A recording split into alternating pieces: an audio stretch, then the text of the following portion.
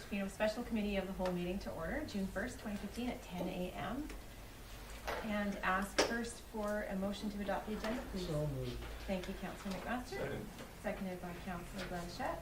All in favor? Thank you. Motion carried. And a motion to adopt the minutes of the Committee of the Whole meeting held May 25th, please. Move adoption of the minutes. Thank you, Councillor Anderson. Seconded by Councillor Thurgood. All in favor? Thank you. Motion carried. Okay, so that brings us to the big order of the day, which is the utility rate review presentation. I think Nyla's going to start us off. Thank you. Okay, good morning, Mayor and Council. I'm just going to speak briefly before I pass it over to JP Joly from Econics, who will present most of what we talk about today. So the purpose of today's meeting will be to continue the discussion with Council regarding the water and wastewater rate review. A few years ago, we began this discussion. We had JP come up and we presented some proposed scenarios, and we went through a review of water rates only. Because our wastewater rates and water rates are so closely connected, in that the wastewater rates are 90% of the water rates, we realized that we needed to discuss the two of them together. We then discovered some consumption errors and issues with some water meters within the hotel-motel class. Those issues and consumptions have been revised, and the data set has been resent to JP in order to recalculate adequate rate scenarios and consider what our projected revenue requirement should be. So the data set, again, has been sent to JP. He is aware and has the knowledge of what the accurate consumption is on an annual basis, and the rates are being, scenarios are being developed based on that. He has not done any analysis on the consumption errors or the meter issues. That issue is remaining with staff. So today there won't be any discussion with JP about the meter issue, but I just wanted Council to rest assured that he does have the correct data set that he's working with. So we will he'll provide a background and overview of the model and the process, and then an analysis of the data that he received from the District of Tofino. There will be two preliminary rate scenarios, and I say preliminary because you'll notice when we get into the rate scenarios that they're quite basic. They don't go into as much detail as they did last time, because this is the first time this is coming to Council. We'd like to get a sense on what Council would like to see within the rate scenarios, and if what we're proposing for the two preliminary scenarios works for you. And then the third scenario we can work with today and also bring back to Council at a later date. We have also provided a community comparison, which JP will go over, and some of the challenges with that we saw when we did that process. The main objectives that we had front of mind when going through this process were conservation, fairness, equity, affordability, and a rate structure that would be easy to understand. And I think that I'll just pass it over to JP. Thank you.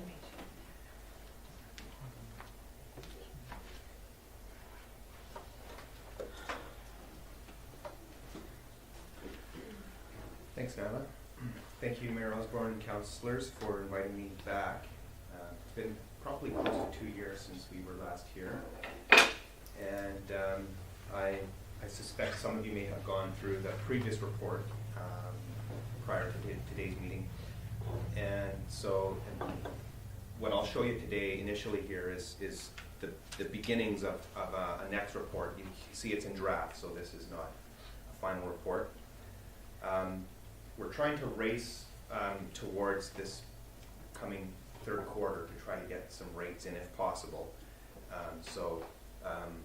Which is partly the reason why this isn't all completed. But I hope with today's meeting we can get as close as we can to something that works.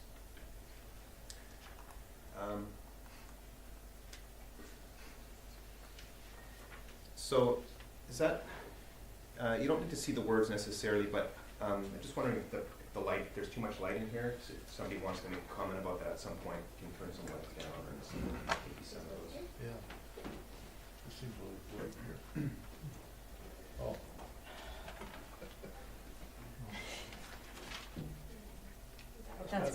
Better, yeah. Okay. Thanks. Thanks, Nara. Thanks.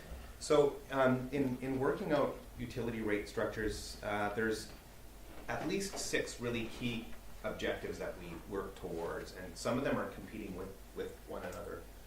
But at the very top, you can see the first one is revenue sufficiency. So it's obviously vital that the district generates the revenues that it needs to operate. The next one below, revenue stability, is about the swings that happen in revenues. And in the district here, those swings are not so much about outdoor watering that occurs with climate swings, which happens in a lot of other communities, but here it's more tourist driven, and that can also be related to climate, obviously, but that is what we mean when we talk about revenue stability. Equity and fairness is about ensuring that customers pay for the operations of the system commensurate with their demands on the system. Resource conservation is very important here. As we know, water supply is a bit tenuous, and so maintaining that conservation minded community is important here. So, and rates, utility rates play an important part in reminding everyone about that. Public acceptability is about ensuring rates are affordable. That overlaps also with equity and fairness. And then understandable, at the very bottom there, is about simplicity and making sure the rates are easy to understand. Is there any questions about this before I move on? So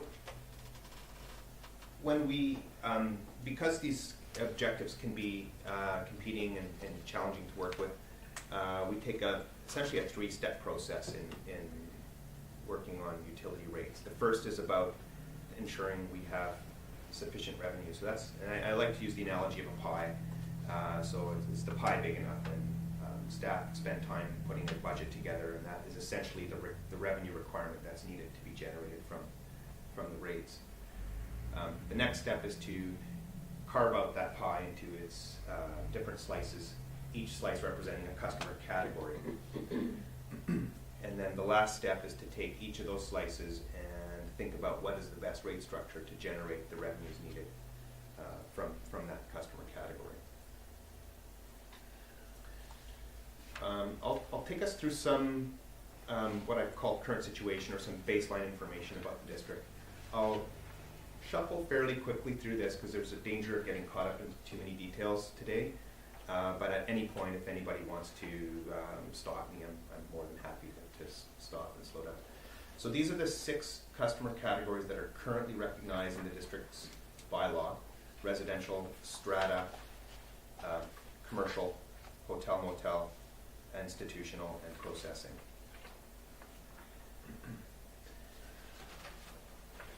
Population growth in the district has been forecasted in the official community plan back in 2009 as being this curve that's growing a little bit exponentially here.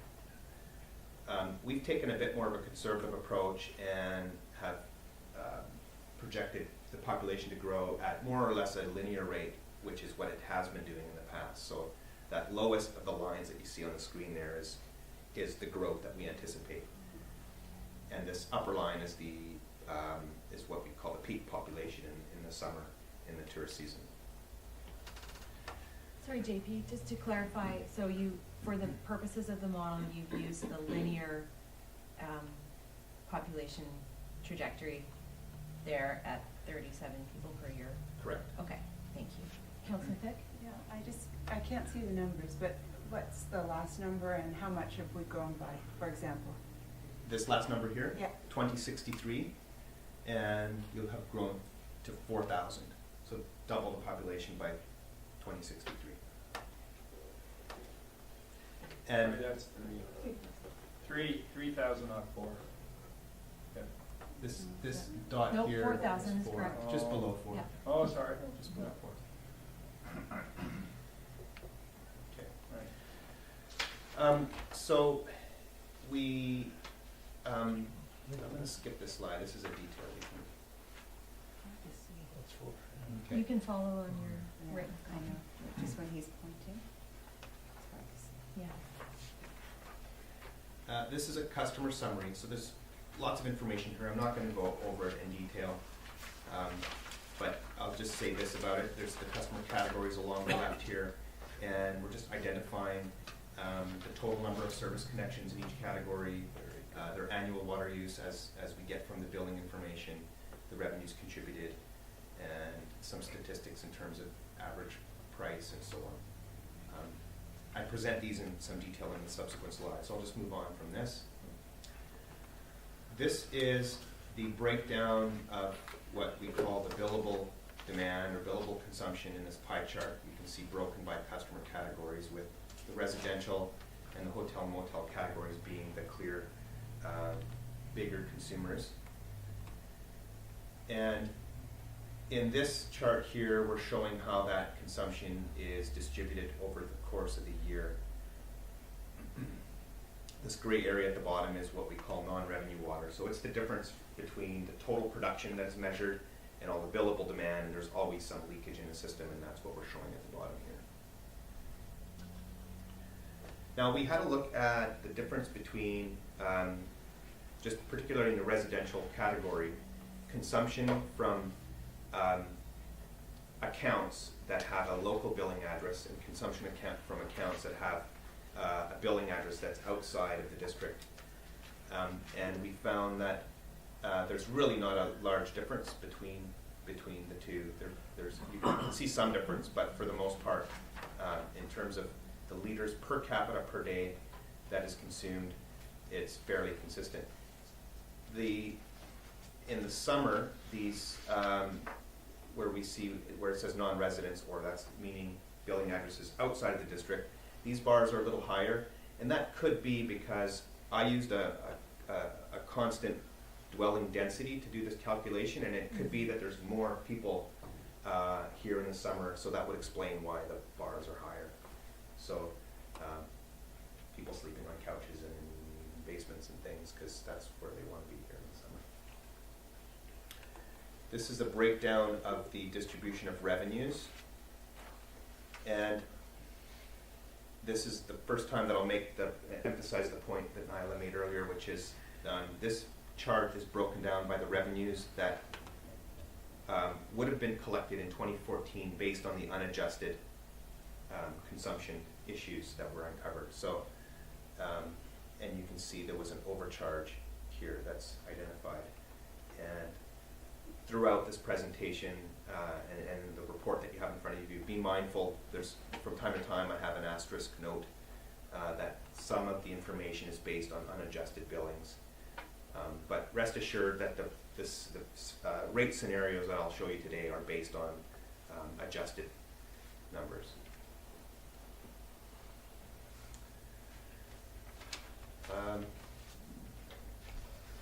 As far as revenue stability goes, you know that your rates currently are pretty much 100% based on volume-based pricing, so there's not much to say about that. There's the idea of bringing in more of a fixed charge, partly to create that revenue stream that's assured, so based on fixed revenues. So this is our initial equity analysis, and you might recognize this from the previous report if you've gone through it.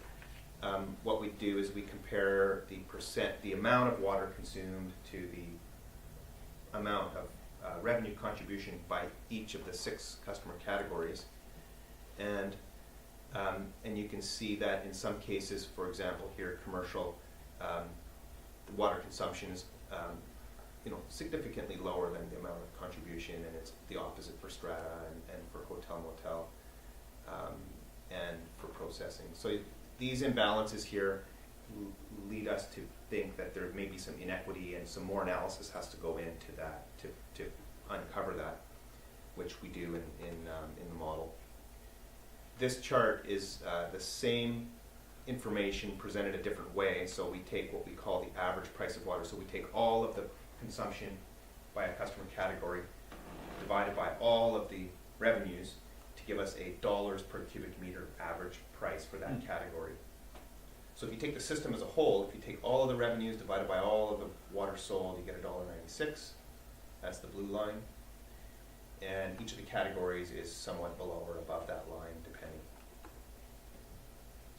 These, don't pay attention to the stratifier flow at the very end. That category is an anomaly because there's hardly any water that flows through the fire meters, so it's not a good indicator of that.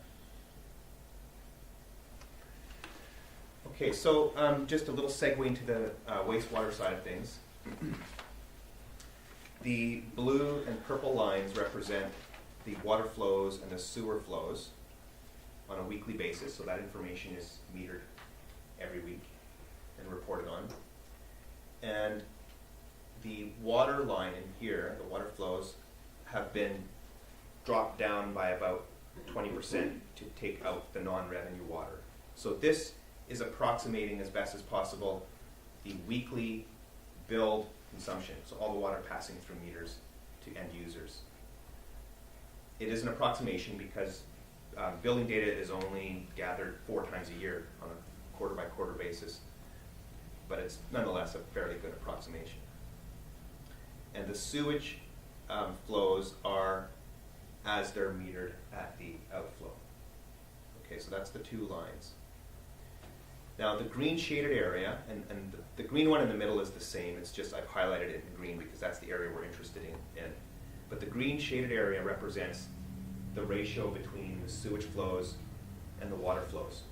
Now in the winter, the ratio is higher because there's a lot more inflow and infiltration coming into sewer that's coming off of roofs and just seeping into the sewage system when it rains. So the time to look at that ratio is in the summer when you have your driest period of time and you have the least amount of inflow and infiltration. And what we're noticing here is that when we look at that summer period, the average, roughly speaking here, is about 90%. So that means that about 90% of the water that is purchased through the meters is winding up into the sewer system. And the other 10% is probably outdoor use is the only other place that water goes. So we call that the average discharge rate. It's about 90%. And sure enough, your rate right now is based on a 90%.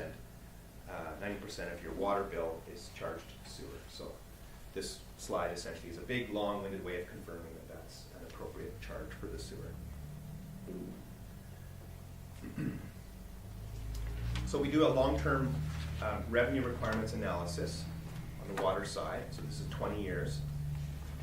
And the key things to look at here really isn't the whole 20-year analysis, but it's the next couple of years, so 2015, 16, and 17. And so these numbers here that I can't even read, we'll look over here. This first one is 689. Okay, so that's what we call the revenue requirement, or the budgeted amount that staff have looked at and need that amount of revenue to be generated in 2015. And the subsequent number is 706, so that's the budget for next year, and it's developed using a 2% inflation and a little bit higher inflation on the hydroelectricity side because those costs are going up higher than 2%. And then the year after that is 722. So you remember my analogy of the pie, those are the sizes of the pie. So for 2015, 689, it's going to grow a little bit to 706, 722. That's how much revenue that needs to be generated. So the exercise is to make sure that whatever rate scenario is developed, those rates multiplied by the anticipated consumption equals that number. So it's a complicated calculation, but that's what we're doing. So in the example scenarios that I'll show, the increases required beyond the new, so we'll introduce a new rate for 2015 and for 2016, and then beyond that, a 2.3% increase per year will keep up with the inflation curve. The reason it's a little bit higher than 2% is again because hydro's increasing a little bit more than 2, but also there's these there's these revenues down here, these little yellow bars, and these are revenues that are coming not from the sale of water but from other sources, and we've conservatively shown them not growing over time. So the overall budget is going to be getting less and less proportionately revenues from this stream here. So that causes the increase from year to year to be a little bit higher than the 2%. On the sewer side, again, really the point there being that not only does the discharge rate that we saw a few slides ago confirm that 90% of the water winds up in sewer, but also the budget that was developed on the sewer side happens to coincidentally be about 90% of what the water budget is.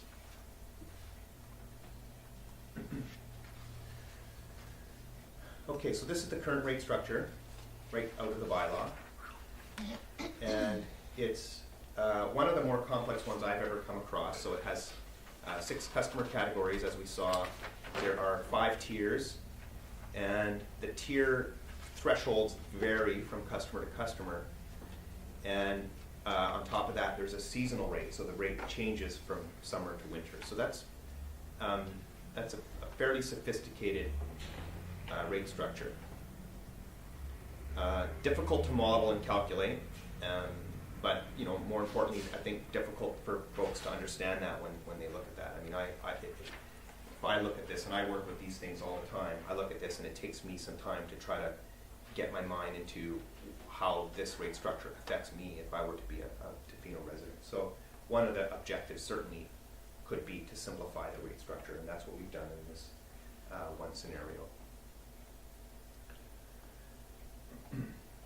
So we'll just get right to the punchline here. So there's 2 scenarios in here. In fact, there's one that is based on a seasonal charge. That's this one, and then there's one that proposes doing away with the seasonal charge. Now, I should emphasize again that because water supply is an issue here, the seasonal charge is an effective way of reminding people that water in the summer, particularly, less so in the winter because it rains so much, but in the summer water is can become low in supply. So using pricing to send that message is a very effective approach.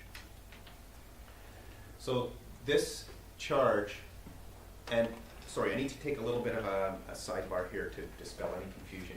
2015 is an odd year because the first 2 quarters you're going to generate revenues based on your existing rate structure, this rate structure here. And the way it's set up, and with the newfound knowledge on the meters sorted out, this rate structure generates too much revenue. So to compensate for that, the 2015 rates that you'll see here are lower to kind of have the effect that by the end of the year you should arrive at that magic number of 689. Okay, so that when we jump to 2015, or sorry, when we jump to 2016, you'll see these numbers jump up again, and that's because we no longer need that compensation, so now we're back to kind of leveling out. So so that's the first point. The second point I want to make is as an attempt to try to greatly simplify the rate structure, we thought of having just 2 categories. Single family residential, and grouping every other category under one called commercial. So in this scenario, we're showing $35 as a fixed charge for residential. That's a quarterly charge. And with that charge, there's an allowance of up to 15 cubic meters per month or 45 cubic meters for the quarter. So $35 in the quarter buys 15 cubic meters per month, and that's a lot of water. 15 cubic meters per month is 500 liters per day per household, and at 2.5 persons per household, it's 200 liters a day per person. That's a lot of water to certainly deal with the basics of living, cleaning, cooking, and so on. 15 cubic meters, or 500 or 200 liters per person per day is generally viewed as the North American, not the lowest. You're gonna screw the homeowners. Thanks. The most high efficient homes that you see in new developments in the U.S., for example, are seeing per capita consumption as low as 160. So 200 is still, provides quite a buffer there. So beyond that allowance, the next tier is at $1.30, and to compare that with, let's go back here for a minute, the residential rate, you can see here for the first 45 cubic meters got to be as high as $1.25. Okay, so here we're proposing that it's at $1.30. Okay, so that's for the next. That's for the next up to 60 cubic meters for the quarter. And then beyond 60 cubic meters in the quarter, it goes up to 310. In the summer. Summer. only. This is Right. in the summer only. That's right. So in the winter, all water would be purchased at $1.30, no matter how much you use.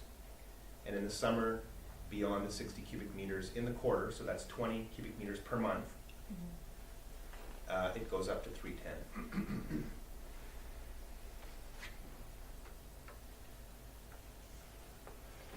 Okay, so the simplifications here are fixed charge and bringing it down from 5 tiers to 2 tiers.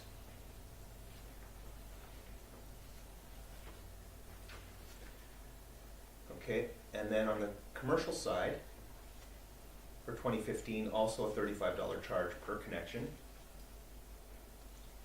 In this case, there's no allowance. And so water is purchased right from the first cubic meter at 90 cents.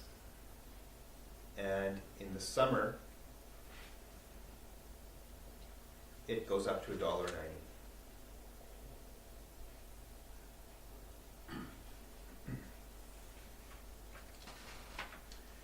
And for 2016, the fixed charge on the residential side goes up to $58. And the that mid-tier, if I can call it that, goes up to $1.80. And the upper tier doesn't change. Okay, and then moving into 2017, at that point, it's 2.3% increases on all those components. So after the adjustments for 2015 and 16, moving forward from there in the model, it's just an annual increase to keep up with inflation. So on the commercial side, that 35 turned into 45, the 90 cents turned into $1, and the $1.90 into $2. That's a 100 cubic feet, is it, a meter? A cubic meter is 100 cubic feet is 2.8 cubic meters.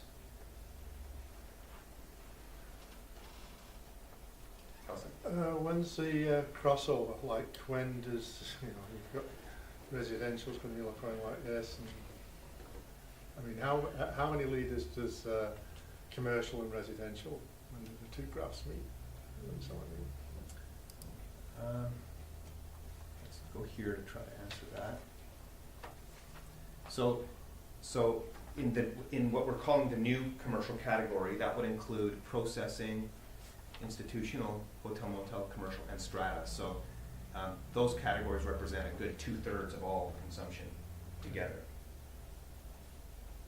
Yeah, what I'm getting at is how many litres would a resident use? And if you plotted litres and dollars, so how many litres and dollar cost does it equal a residential cost? I see what you're saying. Yeah. So let's see if I can reframe your question. So as you consume more, the price is going up, Yeah, and at some point the two intersect. yeah, Yeah, that's a good question. I don't know that I can answer that without going off to the side here for a minute and okay. doing that. 'Cause but- I think that's what I need to know to talk to the public about. Yeah, okay. One of the things to be mindful about the commercial category is, unlike the residential category where from the smallest to the largest account, except for a few outliers, there's pretty much a homogeneous category of users, 2.5 persons per household. Whereas on the commercial side, you're gonna have some really small and some really large. So you can't treat that as a homogeneous category, which is why we don't do the allowances and we don't generally do the tiers for commercial, because, for example, you have a brewery in town, and they use a lot of water. Well, the processing plants use a lot of water as well, but justifiably so. That's how that's running their business. They're not necessarily inefficiently using water. They're using a lot. So to create tiers for them is not necessarily viewed as fair in the best practice of utility rates. So let's just look at this second scenario, which is a slight variation on the first one.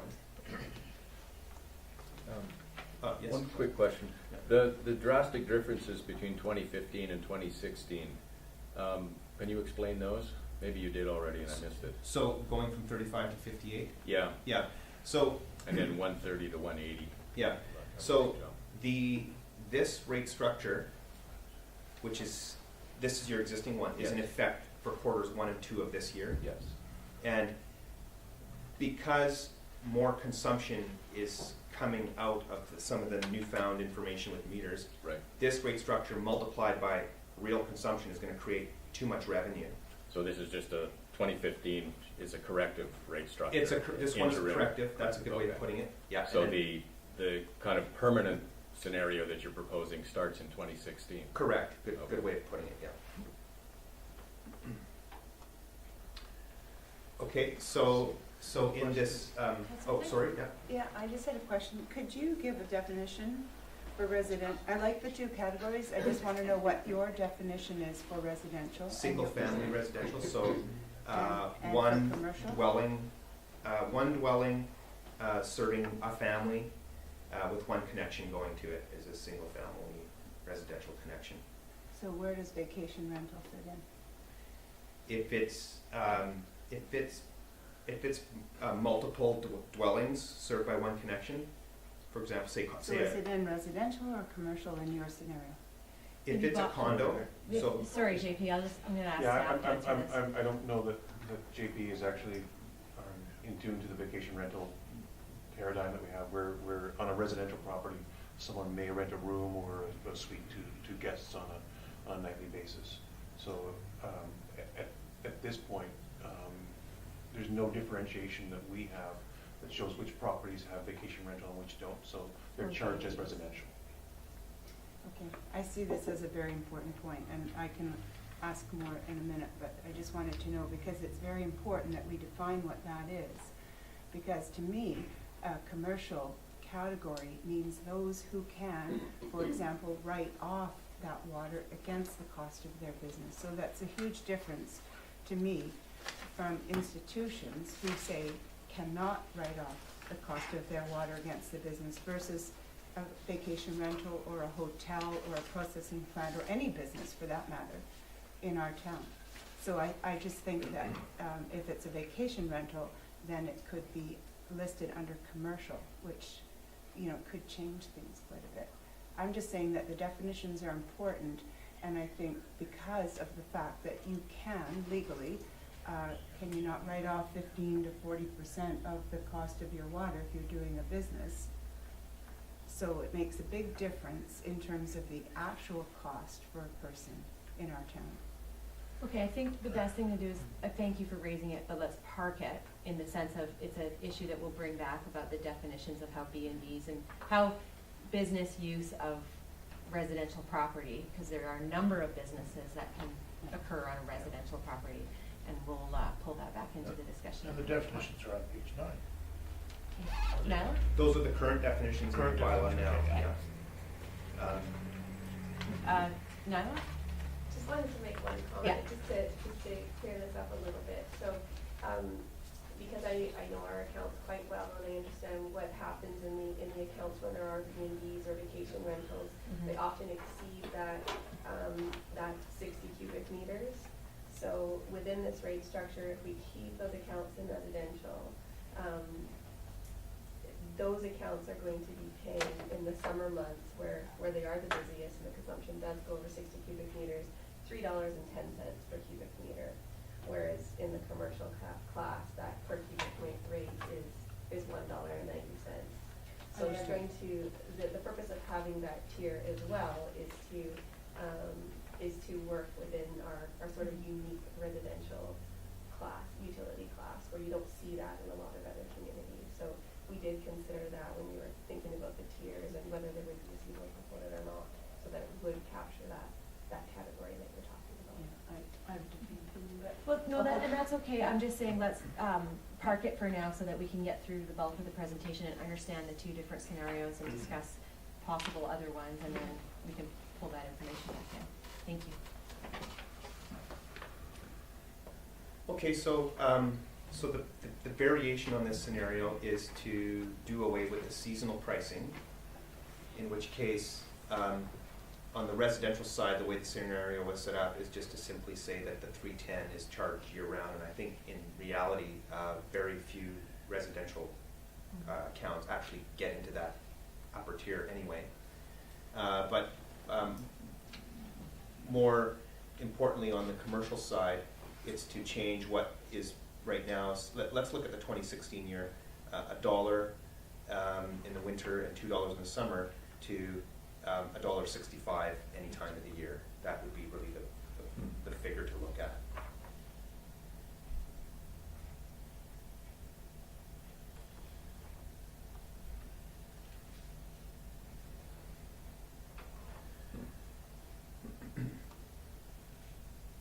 Well, either scenario is far less complicated than it is now. If I could add, with the seasonal rate, what will people do to save water in a community like Tofino, or a business? What will a business do to save water? Is that a question to me? I'm not sure if it's a question to the consultant or to council. Well, But- I guess, the consultant, it makes a point that if we, double the rates, that we're gonna, cut back drastically in water use. No, I disagree with you. I think that the point is that seasonal rate structures do have some incentive, but what we're not gonna probably do today is discuss exactly what people would do to conserve water. But it is a matter of principle that council can discuss whether a seasonal rate structure would be effective or fair, equitable, all of the other questions. And so we'll get there. But we're not gonna get into a discussion right now about ways to conserve water. Yeah, fair enough. Okay, thank you. Mayor Osborne, I will also show in the model that the vast majority of residents will not, in the summer, do not even get into that upper tier. So, Okay, for most folks, 45 cubic meters of water is, and I understand there's not a lot of outdoor watering that goes on here. mhm. So it's plenty, plus the next tier is also adding another 5 cubic meters per month, which is lots of water for basic needs. Okay, thank you. So this chart shows that with this rate structure and with the combining of what is currently now 5 sort of commercial categories into one, this chart shows that there's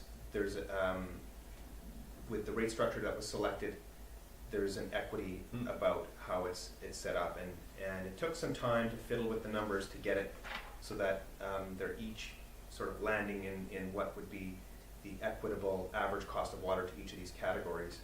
So this gives me a fairly good degree of confidence that combining those categories would result in fairness to the commercial group.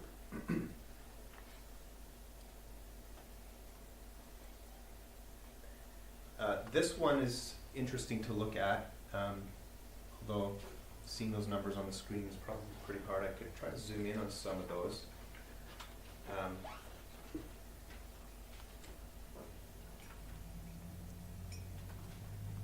Let's take the residential, for example.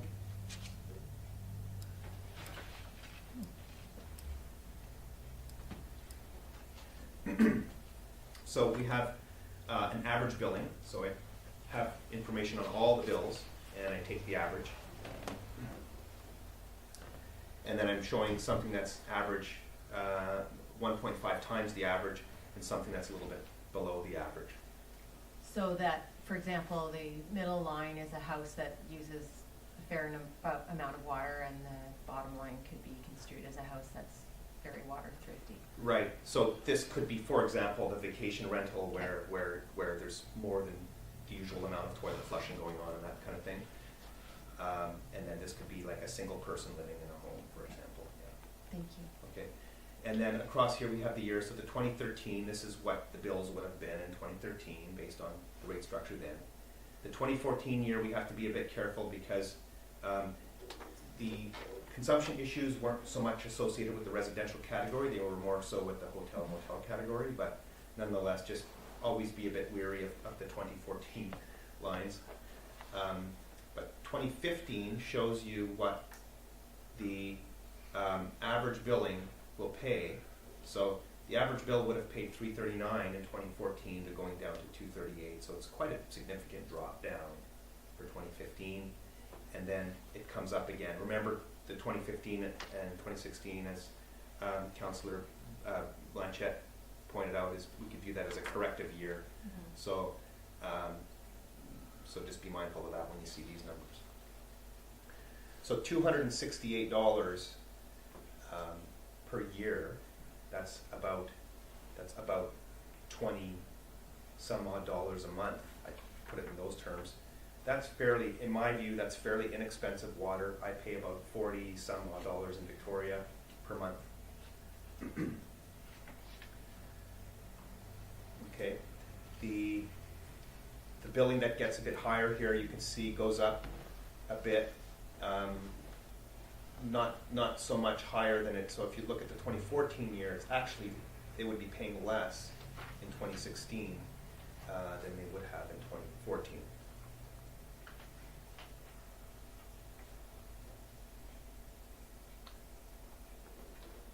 Okay, let's look at, I don't know that you want to look at all of these in great detail, but I'll jump to the hotel motel one because it's the other largest category after residential. So these are on a per unit basis, so hotels and motels come in different shapes and sizes, and so we've kind of brought it down to that level. And you can see that the change from 2014 to 2016 is quite a big difference, right? There's a jump up in 2015 and another jump up in 2016. And just coming back to page 17 and the graph about equity, where you showed the proportion of water consumption by class and the proportion of revenue contribution by class, I just want to be very clear that that was the one sector that showed quite a bit difference in a higher proportion of water being consumed and a lower proportion of revenue being contributed. So this is kind of, this is that part about equalizing the sizes of the pieces of the pie. Correct. Okay. And if you also look at this graph here, you can see that even despite those big jumps, the hotel motel category still has a lower average cost of water, say, than residential. So on the average cost of water side, they're still a little bit lower. The categories are they're just commercial and residential, but this is showing the current categories we do? This is showing what will happen to the currently broken out categories when they're combined with this new rate structure, how each of them will be impacted in that combined effect. I was just wondering why the categories were still there. Yeah, and it's because we're analyzing the before and after for each of these different folks here. Question of clarification, JJ? Yeah, on the hotel motel side, it says the average billing for this year is $246. Is that a day? No, that's an annual number per unit. Per unit of accommodation. Per hotel room, yeah. Per year. And it's an average taken as, like, the hotels consume differently from each other as Right. well. So this is just taking an average. Yeah. Of all of the number of accounts. Clarification, Tim? Clarification, yes. When you go to 216, you look at that increase. I assumed that the increase was going to be sort of in the 2 to 4% range. That's a much greater increase. Yeah, if you're referring to the increases that were shown, let me go back to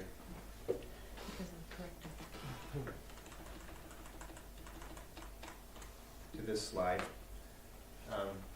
So those lower increases were for 2017 and onward. So the ones keeping up with inflation. So, so right now the purpose of the 2015 rate is to bring the revenues down to this level, 689, right? And so we have to do this corrective measure. Thanks, Councillor Blanchette, for that term. So that rate is coming lower than what is normal, and then it's coming back up to a level amount for 2016, and then the change from 2016 to 2017 is a 2.3%. So let me say this a different way: the revenues going from 2015 to 2016 are only increasing by 2.3%. So the overall revenues are only going to climb a little bit, but the adjustments are gonna occur within each class as we try to achieve this equity. correct. Okay, Yeah. Thank you. okay. Councillor Anderson? These example billings are generated by both scenarios, or just one? Of the two scenarios, the seasonal or non-seasonal rate will deliver the same billing example? It turns out they're pretty close to the same.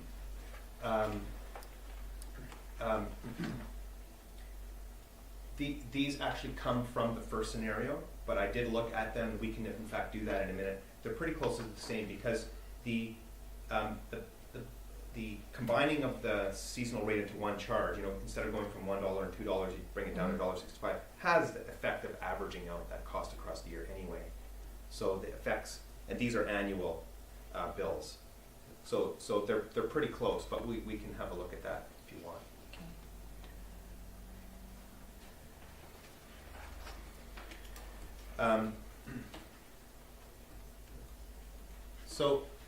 I'm going to move. So we did look at rates from different communities. And I should start by saying it's really hard to do this in any kind of apples to apples way, because communities all vary so much in their size and their makeup and the kinds of businesses that run in the communities, and just even in their infrastructure. I view Tofino as having quite a complex infrastructure for the size of your community. So lots of communities in BC have the benefit of gravity that's bringing their water down from the mountains into their towns, and so they don't have pumps and stuff like that. Whereas you guys have a more expensive than usual operation to run. So you'll see that in your rates looking like they're higher than other communities. But I always cringe at doing these comparisons because you can't really compare one community to the next unless you drill down into such detailed stuff that it just becomes prohibitive to do it. Nonetheless, here it is. So you can see the communities here on the left: Ucluelet, Harrison, Radian, Invermere, Lake Cowichan, Grand Forks, Enderby, Gibson, Cumberland, and Tofino as it is now, and with the first scenario, the seasonal charge. Okay, so these numbers here are just the figures you pull out of the bylaw, but we're not going to look at these right now because what we did is we normalized them.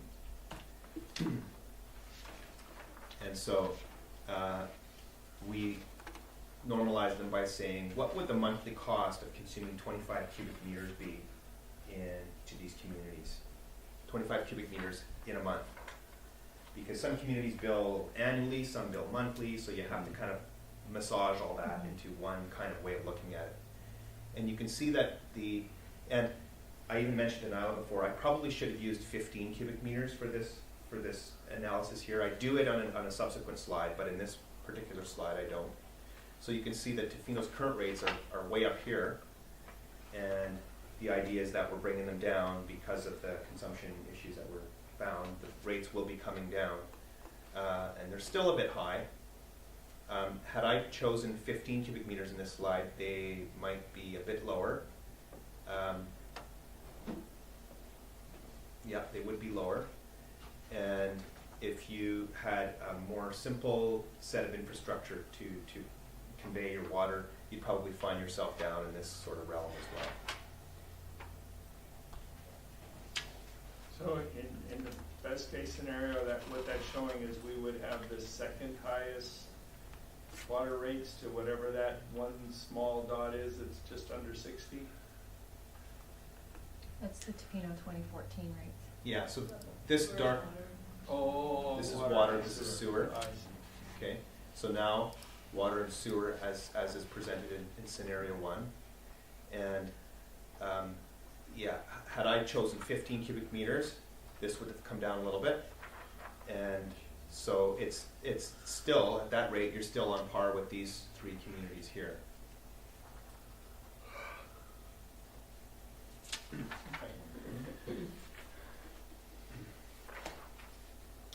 This is now showing these communities and showing you what the cost is at each of these consumption amounts. So it's 0, 15, 25, 40, and 125. And you can see Tofino's rates, as they currently are, climb pretty high. And even with the new proposed rate structure, you can see that with that $3.10 with that upper tier, it still becomes quite expensive to consume more than the basic amount of water.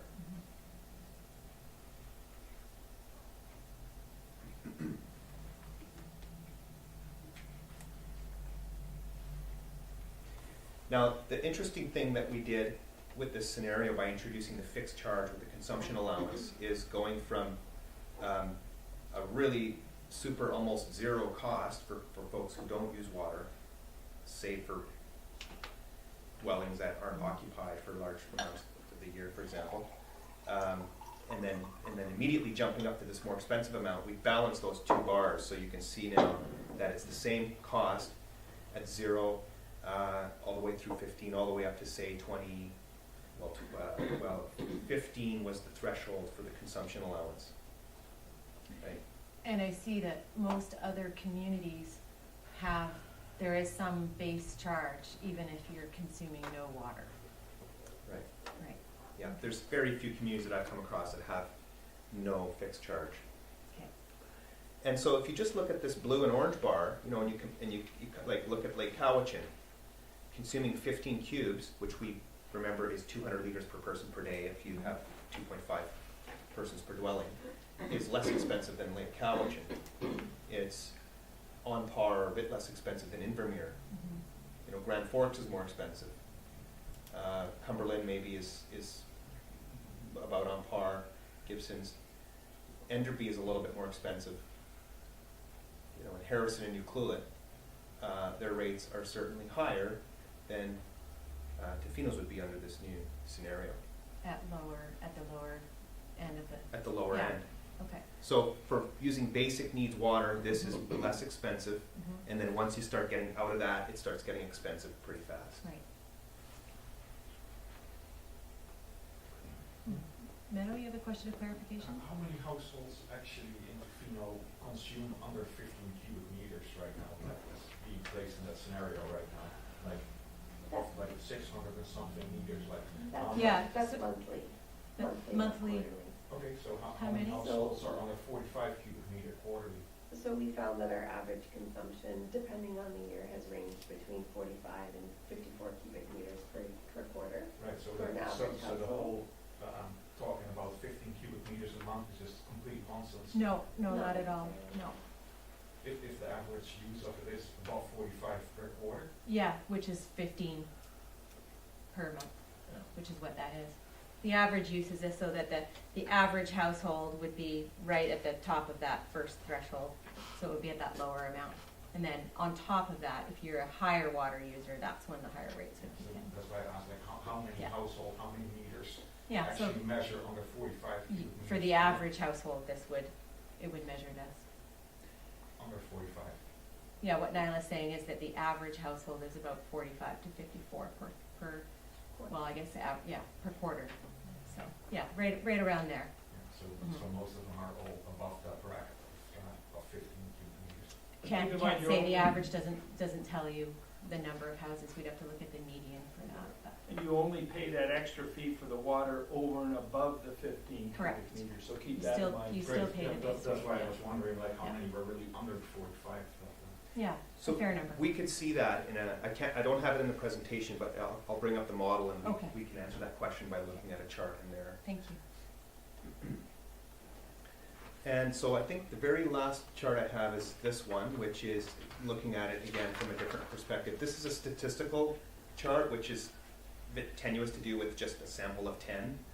But you can see that, and in fact, I'm now realizing that I didn't update this with the latest scenario. So this orange line, which represents the scenario, this one should actually be at, if we're talking about the 2016 rate, okay, because the 2015 rate really is not that interesting because it's got that, it's correcting. An adjustment So here, right? this is $35, so that's what we would see in 2015. So this orange line represents what we'd see in 2015, but this straight across bit here would jump up to 58, so it'd be up here.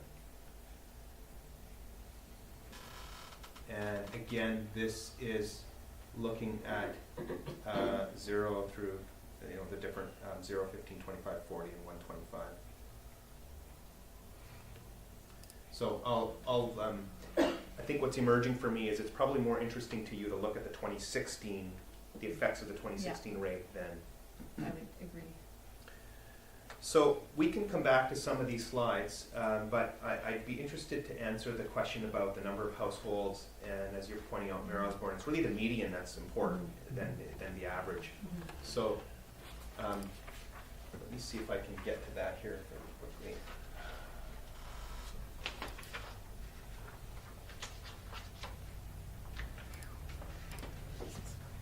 So this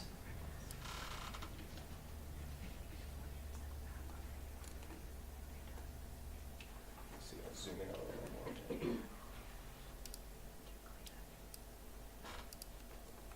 Do you have a question, Councilor Cook? I'm just trying to sort some mathematical.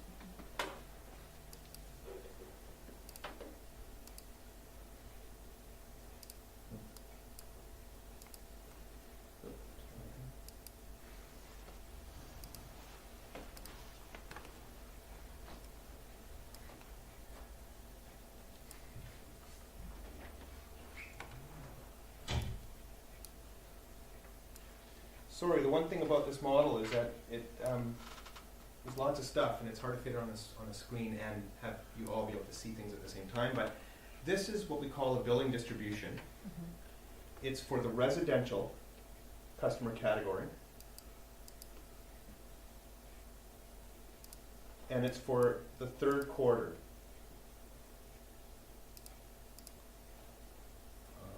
Okay.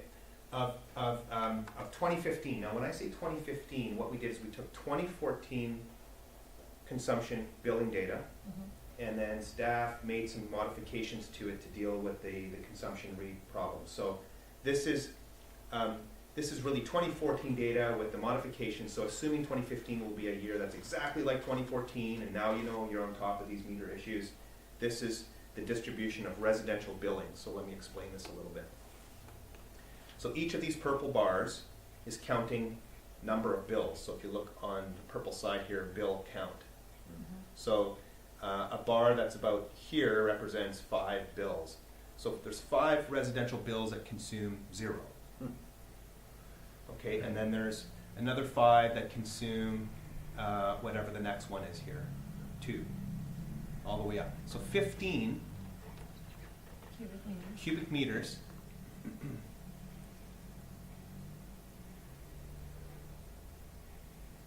15 cubic meters in this is in the summer.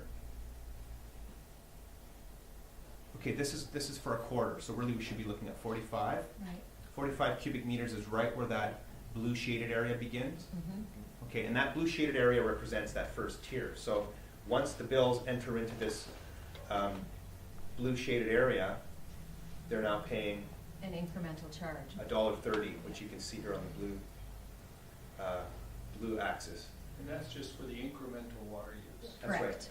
So for these next 15 cubic meters in the quarter, or 5 cubes a month, they're paying $1.30, and then it jumps all the way up to $3.10 for these folks onward. Right. Okay. And, Interesting. yeah. Okay, and this is in the middle of the summer. And so you can see here that the cumulative usage, so in the summer, as I look at this now, there is a fair amount of consumption that's going to be entering into that tier. Let's bring up the winter to compare. Airbnb's vacation rentals. But, no, but they are paying more. That's I the don't think I evening disagree with effect is the 310 per cubic meter I instead of understand. the, I understand because- that, yeah, and it's more of a philosophical issue, I think, than it's Okay, so yeah, this is, no, but these numbers do take care of some of that, but we have to look at the effect of the numbers if we were classified. so this is Q1, and this is with the old rate structure. Mm-hmm. Okay, so currently, the cost is something like 90 cents right from the get-go, and then it jumps up with these little tiers. What I'll do is I'll take it to Q, let's just jump to 20. So, hold on a sec here.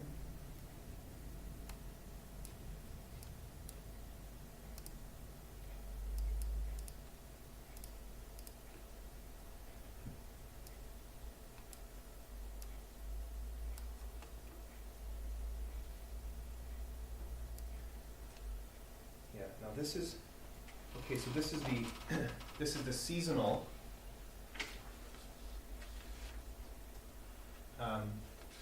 This is Q4. Okay, so the billing distribution, and if you recall with the seasonal charge, there is no $3.10 in the winter, so it just stops at $1.30, which is way up here. So the axis rescaled itself, which is why it's all the way up here. But again, it shows you the number of bills that you see here in the clear area in the winter that will be not entering into this next tier. So you can kind of see visually how many bills will be paying for water at the dollar. I think by 2016 we're talking about $1.80 by then. Yeah, $1.80. Okay.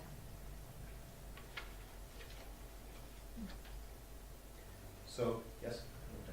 It certainly seems very clear on a residential basis. On the commercial side, do you have any comparison and as to how those rates compare with other communities? I don't have that right now. I was just curious. Yeah, and again, there it's harder to do with commercial because it's hard to find some sort of normalized, like some small businesses use that just have office bathrooms. That's kind of like domestic use, people flushing toilets and using faucets, whereas other businesses use water for specific purposes. So it's really much harder to compare commercial categories. You'd have to pick like restaurants, or you'd have to pick coffee shops and sort of look at those groups. Tim? I understand that there's certainly extra costs, as you explained, with our water system here as opposed to other communities. But am I right in saying that when you look at the comparable communities, what we're charging is as much as 20%, or 20 times rather, what other communities are charging? I wouldn't say 20 times. I just looked at your little graph and I thought, well, that an inch is, fast, and we're, Do you mean 20% more? no, 20 times or 10 times more. I wouldn't say that. That one graph I thought sort of explained it. Page 31. Is this the one? No. No. Yeah, there you go. This one? Actually, the one that had the bars showing all the different communities, yeah, that one. So if you want to compare just let's just look at the orange bars. So for the cost of 15 cubic meters in a month across all these communities is pretty much the same. You know, they, Based on residential? Yeah. this is residential prices. That's the So if you're looking at the blue Based- bars, you're looking at extraordinarily high water use for a residence. Well, that's So all you residential. would This is not, all yeah, this residential. is all residence, yeah. Okay, So, thank you. so residences that use 125 cubic meters in a month, which is a lot of water, yes, there's a difference, say, between you cool it, which has a fixed charge, so, you know, wouldn't see any difference there, to Tofino, which has a fairly high cost for using that amount of water. And on the residential side, there really should be no reason for using that much water unless, you know, you're filling the pool all the time, or you've got a large lot with lots of, you know, non-native gardening that you're doing, and you're just putting lots of water into the ground. There's really no reason for using that much water. Even just basic gardening can fit very well within the second tier, the 60 cubes, because, you know, most kinds of crops only need an inch a week of water. So if you're efficient with your gardening, you shouldn't be using an exorbitant amount of water unless you've got, you know, 10 acres, which is then maybe not a resident. It can't be compared to your typical residential lot at that point. So having the model here is an experiment for me. I've never done this before. I don't think this has really been done generally speaking in the consulting sphere. I'm able to change numbers and we can try different things because this is here. So, as I said, this is just a scenario that's presented that in my spending several hours on this thing have honed in on what I think is the most equitable across the board, gets the revenues in, gives you some fixed charge, still has the seasonal effect of the high rate to continue to promote conservation. But if you're interested to try your hand at some variations on this, we can certainly go ahead and do that.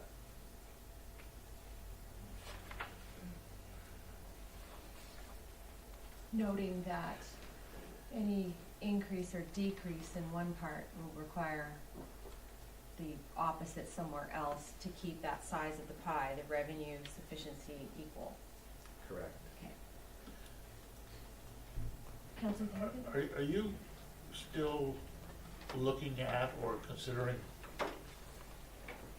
seasonal rates? Like right now, our summer rate comes in, or changes on April 1st for summer rates, until what, end of September, I think? Is that still being? This is still part of the current, for the current scenario.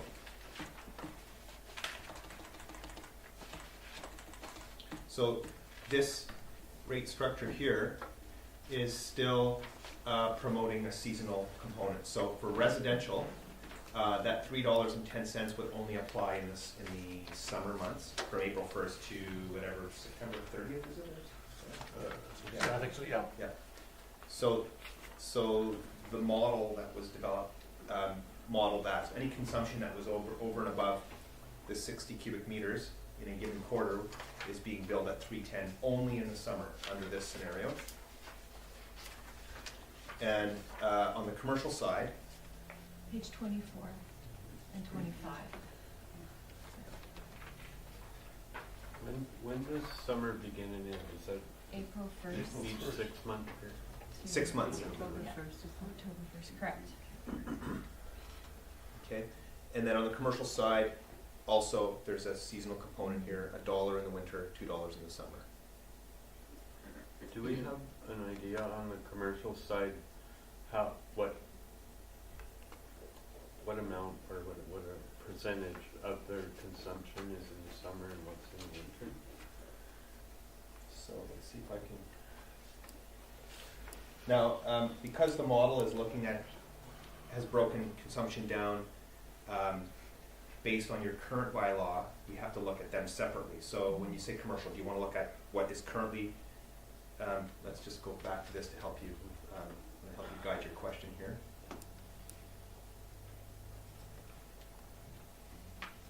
So if we think about this pie here, do you want to look at strata, commercial, hotel, motel, institutional, or processing? Well, I guess lumped together, because that would all become the new commercial cross in that scenario. Right, it's not lumped together in the model, so we'd have to look at each one individually. We can Yeah. go through each one, but just so you know that the bit of confusion is that what's, I can sort of see it represented, it's about, it's bulk of it, and it sort of doubles with. yeah, there's 2/3 of all consumption in the district is what we would be now, under this new scenario, calling commercial.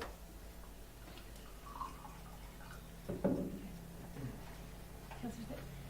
Can I just go back to this idea of residential and commercial? I understand the definitions are on page 9, but according to our new scenario, we're saying we're surmising, we're thinking about 2 categories, correct? Residential and commercial. Correct.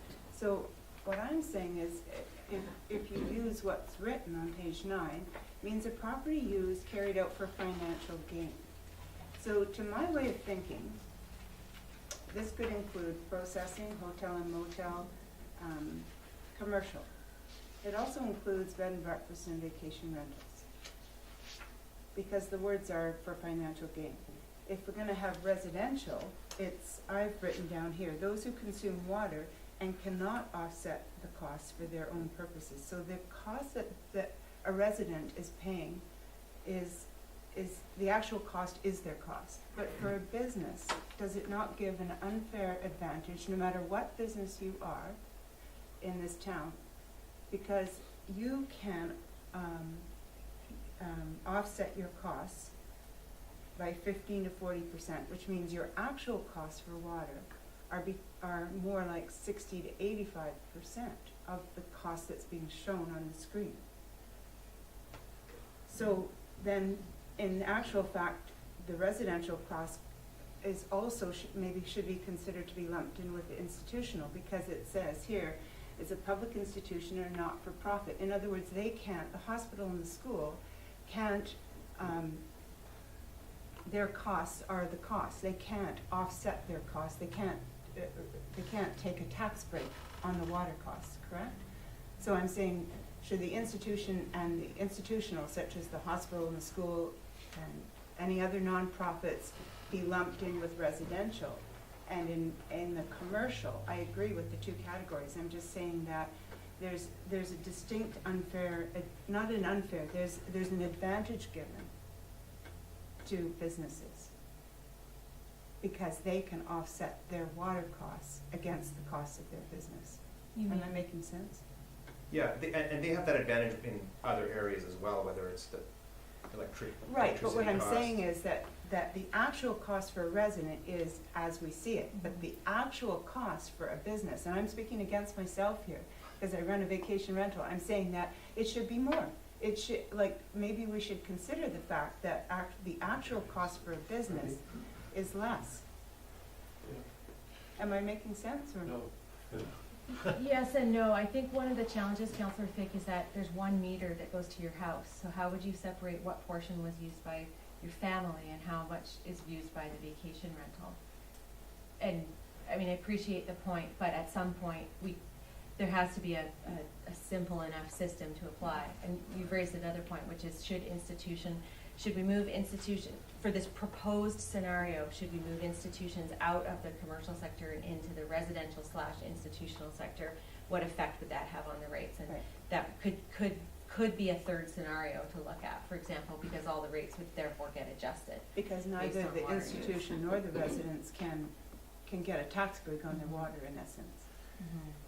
Yeah, and I'll add to that, I think you make perfect sense, what you're saying, and when we analyze the cost of water in using best practice techniques, we don't take into account ability to get a tax break is not a criteria that comes into play. It's based on the demands on the system. So the more demands that the category has in the system, the more they pay, regardless of whether they get a tax break I understand or that. not. I'm just bringing up that question because I think, there is an advantage there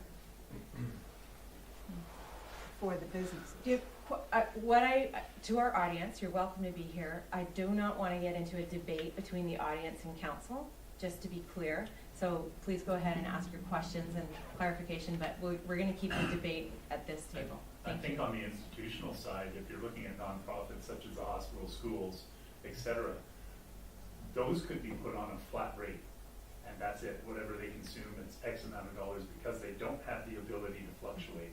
If the school all of a sudden got an influx of 20 or 30 kids, what would happen to their water budget? If you put them in residential, they're automatically gonna be to the 310 tier of paying $3.10 a cubic meter, which is not fair to them in the residential model. In the commercial model, they're being a lot less for more use. However, in some communities, I know that they put nonprofit or, you know, institutional into a fixed rate category within, and that's what they pay per year, per month. They can budget it, they can easily accept it within their mandate. And that may be something as a, you know, addition to the scenario 1 or 2, that you have just a flat rate for institution. Tim? I think that, you know, when you're considering utilities, I don't think there's any jurisdiction that considers the tax ramifications with the rates. It's not even part of the equation. No, it's taken care of in different ways, outside of utility fees. Yeah. Yeah, I see what you're saying. Councillor Thurgood? One area I see that will be affected, well, we'll all be affected, but if you're just doing residential and commercial, places like gift stores, the liquor store, Tofino Tech, or whatever it's called, clothing stores, they're gonna be on the commercial side, although their usage of water is not gonna change, but they're gonna be affected cost-wise, right?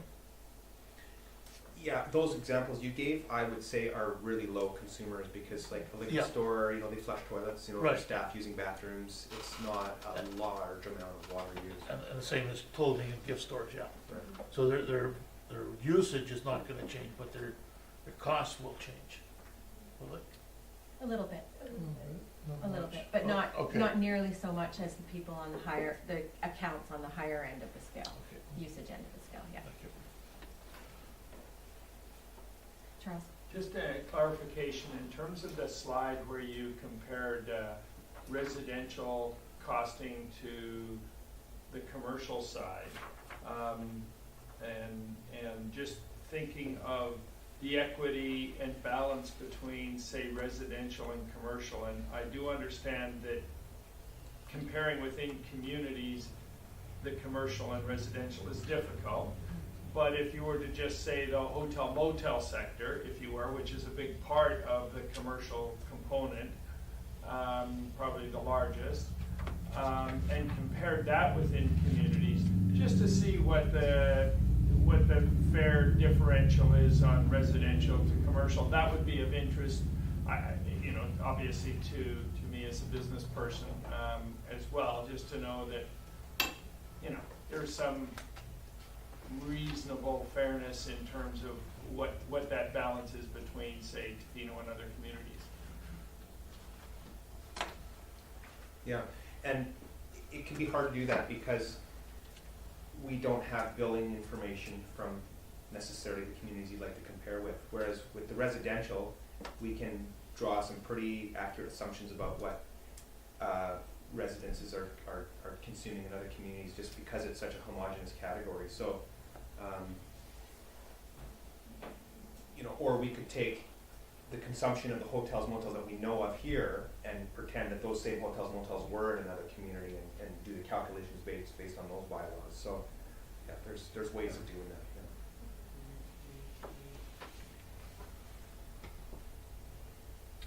Councillor McMaster and then Pick. It's probably a question more for Nyla than yourself. I know you've used an average household size of 2.5 persons per household. In Tofino, how does that compare and what's the median household size? We don't know what the household sizes are. We don't track that I didn't. in-house anyways. I mean, sure, maybe it is available somewhere. We don't think so. Didn't our housing survey come back with a third of our households are single person and another third are two-person households? I believe that was what the consultant said. It might, Which yeah, we don't surprised have the heck those out of me. results, and it might be captured on the census. I'll just take a quick look, but it's a good question. Councillor Dick? Yeah, the other, this is just something I'm struggling with, and maybe it's nobody else, but I really feel like in this introduction to the report, we need to state our goals more clearly. Because here we are kind of going around a bit in circles. Here it says in the first sentence that the District of Tofino is committed to providing residents and businesses with sufficient and high-quality business supplies. Then we go on to say about concerns, but is it our third goal to conserve water? That's what I would like to know, because here we've got our goal is to provide sufficient. What page are you on, Counselor? First page. Page Page five. So we're saying we want to provide sufficient, Mhm. high-quality water, and then somehow we have this, and I'm not, it's just, is our goal to conserve water? Because I would like So- to know if we have The consensus. second sentence, concerns over seasonal water shortages have led the district to implement a water rate that sends a strong signal to residents to conserve water. I would, Understood. yeah, and I would argue that actually the attempt of the existing rate structure is to send a strong signal to the entire community to conserve water in the summer. That's the way that the rate I structure guess I as it just find exists it is. rather confusing. Is it a strong signal, or are we wanting, are we as a district, do we want to conserve water? I don't, the signal thing is just like, do we want to? We want sufficient water, we want high-quality water, we want to conserve water. What else do we want? We want to have fair structure. I like to just sort of see it like, these are our 4 goals or 5 goals, just written down like that. And then once we see that highlighted, we can, we can talk about this, and it informs our conversation more clearly for me.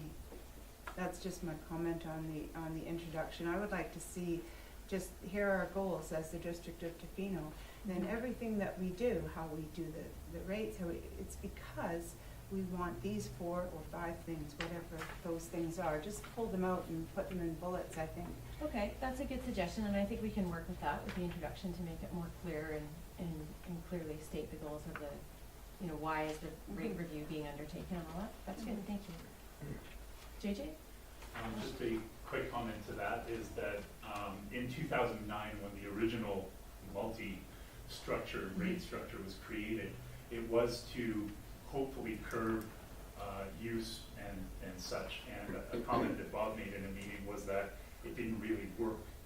The curbing of consumption was not really achieved by that original rate structure, by going up in those increments. I understand the commercial, or the residential and commercial split. Would it be possible to say, showing the residents, that slide of where, you get 45 cubic meters, anything over that is billable. Whereas on the commercial side, we can't really do much more than what we're doing to conserve water. We're doing rainwater capture, we've got low flow flush toilets, smaller shower heads, etc. But we can't, for whatever we put in our rooms or however, we can't educate our guests on saving water. They will use what they use, whether you tell them not to or what have you. So would there be a way in this scenario, back to the consultant, to have the residential rate structure as a floating scale based on usage, and have the one rate for commercial all year long, the $1.60. The question you're asking is a seasonal structure for residents, but a year-round structure for commercial. Is that what you're Yeah. asking? Is Okay. that a possibility in, say, scenario 3? Tim? Philosophically, I support that argument, because I don't think we're wasting water. I think all of us, we do no watering, there's no outside watering. I really don't think that there's any way we can, conserve any more than we're doing now. So one of the things that JP, you also said was, with the 2 scenarios, scenario 1 being a seasonal scenario and scenario 2 not being seasonal, that the billing in the end was quite similar. So based on existing consumption, whether we used a seasonal pricing model or a year-round pricing model, the cost to the consumer is the same. It's fairly close. It will be, let me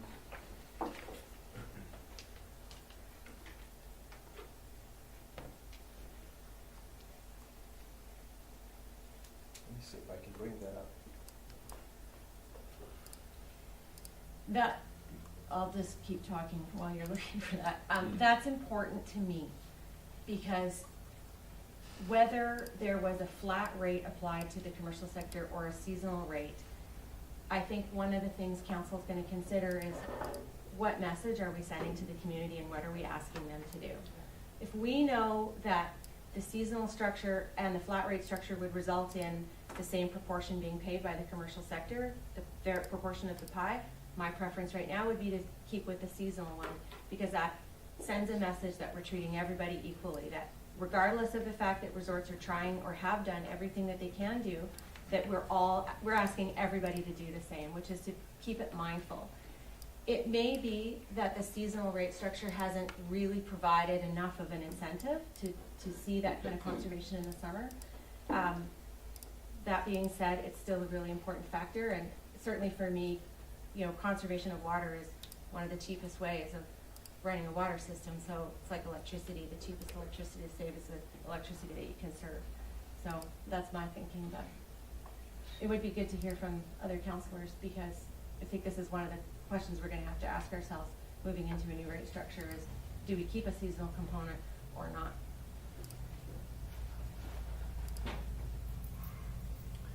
So,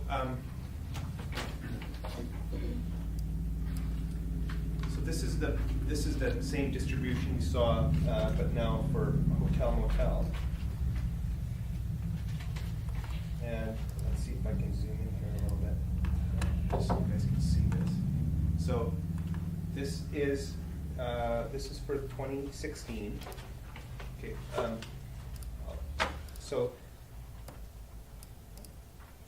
let me just say 2016 is using the 2014 data again with adjustments. So 2015 and 16 consumption are really the 2014 consumption with the adjustments. I'm using 2016 because that's the year where the rate structure is not in the corrected form anymore. So let's look at 2016. And this is for Q1. Okay, this is the first quarter. And that's the billing distribution. Okay, so you can see that there are some bills that are up in here. Okay, so with the highest bill being 4,000 cubic meters for one particular account, got as high as 4,000. There's one at 3,700 and so on, and a whole bunch of them are down here because it's not as busy in the winter, right? And if we look at Q3,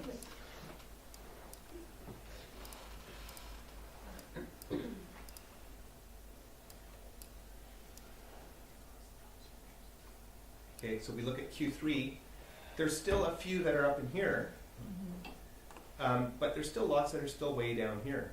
So that change, the $1.65, you know, the $1 and $2, yes, there will be more. There'll be definitely more cost to the larger hotel motels in the summer, because if they're not busy in the winter and they're busier in the summer, they're paying $2 instead of $1.65. That's 35 cents more per cube. There'll be a little bit more cost. But the large majority of them are still way down in the lower ranges here. JJ? My question though is, as we all know, we're busier in the winter time. Would the district not be suffering at $1 a cubic meter if we're running 80-85% occupancy in February, November? You see what I'm saying? Yeah, and my answer to that would be that the rate structure, this analysis and these rate structures should be run every few years to keep up with the changing water consumption patterns. Right. Niall and I were talking about that before the meeting today, about how that could be accomplished. I just don't want to see the district suffer. We're all doing very well. Of course. And we're using more water at a lower rate. That's Yep. very decent.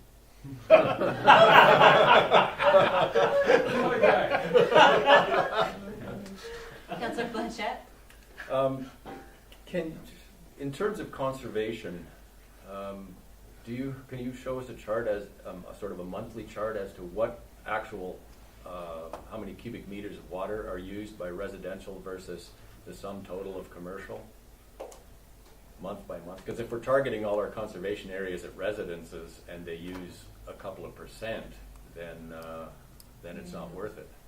That's the only thing I can show you right now. So residential is in here, this blue area, and there is some peaking, but this is not. Sorry, can you rephrase your question? So you want to compare residential Versus the rest, all of the other businesses. Yeah. So basically everything above residential on that Yes, chart. correct. Right. And bear in mind, the only information we have for any of these categories is quarterly billings. So what you're looking at here is me applying a best fit technique to try to fit 3 months worth of consumption, or 1 quarter's worth of consumption spread into 3 months. So when you see the line kind of doing this, Yeah. that's me looking at the total production, which we know, right? We meter that. So this dotted line here is actual monthly production. That is, Aaron gathers that information, and sorry, Bob, not Aaron. Bob plans for it. Aaron gathers the information. And so we're taking out non-revenue water. So this is my sort of best fit analysis to try as best as possible to answer your question there. So visually, what I see, and of course we don't have the exact numbers, is that the relative increase in residential use in the summer months is not quite as great as the relative increase in every other class combined. Yeah, and you can see that in the hotel motel class, right? So Most it's a little clearly. bit narrower here, and that's just common sense too. I think you would feel that about the community. Yeah. But I'm thinking in terms of seasonal rates to encourage conservation. If they only apply to residences, it's only that bottom blue band that is going to shrink, and that looks like a small portion of our total water consumption. Maybe 10. If you shrank that by half, if every residence conserved by half, we're talking that much versus that much. So it's not that big a gain in terms of conservation. It's not nothing, but if we're lumping all commercial into one category, I mean, I'm tending to favor Mayor Osborne's suggestion that we stick with seasonal rates to encourage everybody to conserve. Or we get rid of seasonal rates altogether for everybody. I mean, that's another thing that can be on the table. My point is that everybody should be treated the same. But we use a tiered system instead to encourage. We have 2 ways of encouraging conservation financially. There are 2 financial motivators. One is a seasonal, and the second is a tiered structure. Yeah, and let me just qualify that. Sure. You can't really bring a tiered structure into the commercial side. Right. It's not You're generally right. fair to do Because that. a fish plant and a Coffee shop. and a gift store use such different amounts. I see what you're saying. Yeah. Okay. So with the commercial category, it's the seasonal component that is the best tool you have from a price perspective to create that emphasized effect. Okay. Charles? Just to clarify, in terms of the chart where you show the comparison between, say, 2014, 2015, and 2016, but I'm mostly looking at 2014 to 2016. In that chart of the cost, it looks like almost 100% increase on the commercial side. Would that be correct? Are you talking about the billing, the average billing, those diagrams? Yes. I believe it's Page 27. yeah, if you can. Hotel motel again? Well, I'm not sure if that was the one or was the commercial comparison. Okay, Yes, it's well, hotel that's- motel. Yeah. So- that's- Also strata. That's pretty much one. Say if you said 2014 and then you compared 2016, not leaving out 2015, of course, because we know that that's the transition. So, yeah, yeah. That's pretty much 100% increase. Shy of a point or 2. And that's you know, that's happening because in here, on the hotel motel side, you know, the rates, you know, they've been on the lower side if you say compare it to the, what is currently called the commercial, right? The rates are $1.25, $35, $45, whereas these have been getting up to $1.70. So when you're averaging out all these categories, it's the hotel motel that category that is coming up. I'm just saying that's a huge increase. I'm just pointing that out, and that's why, to me, it's worthwhile to see what that relative comparison is within communities. It may be difficult to do, but, you know, 100% increase in 2 years is a big increase. Whether you get to deduct your taxes or not.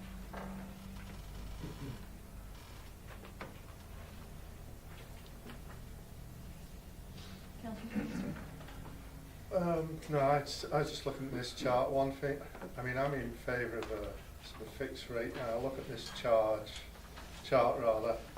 I mean, I Page know 32. the blue and the orange, you know, the 0 and 15 metre cube. I always felt that should go up a little bit because I know that's been one of my bugbears is the seasonal houses.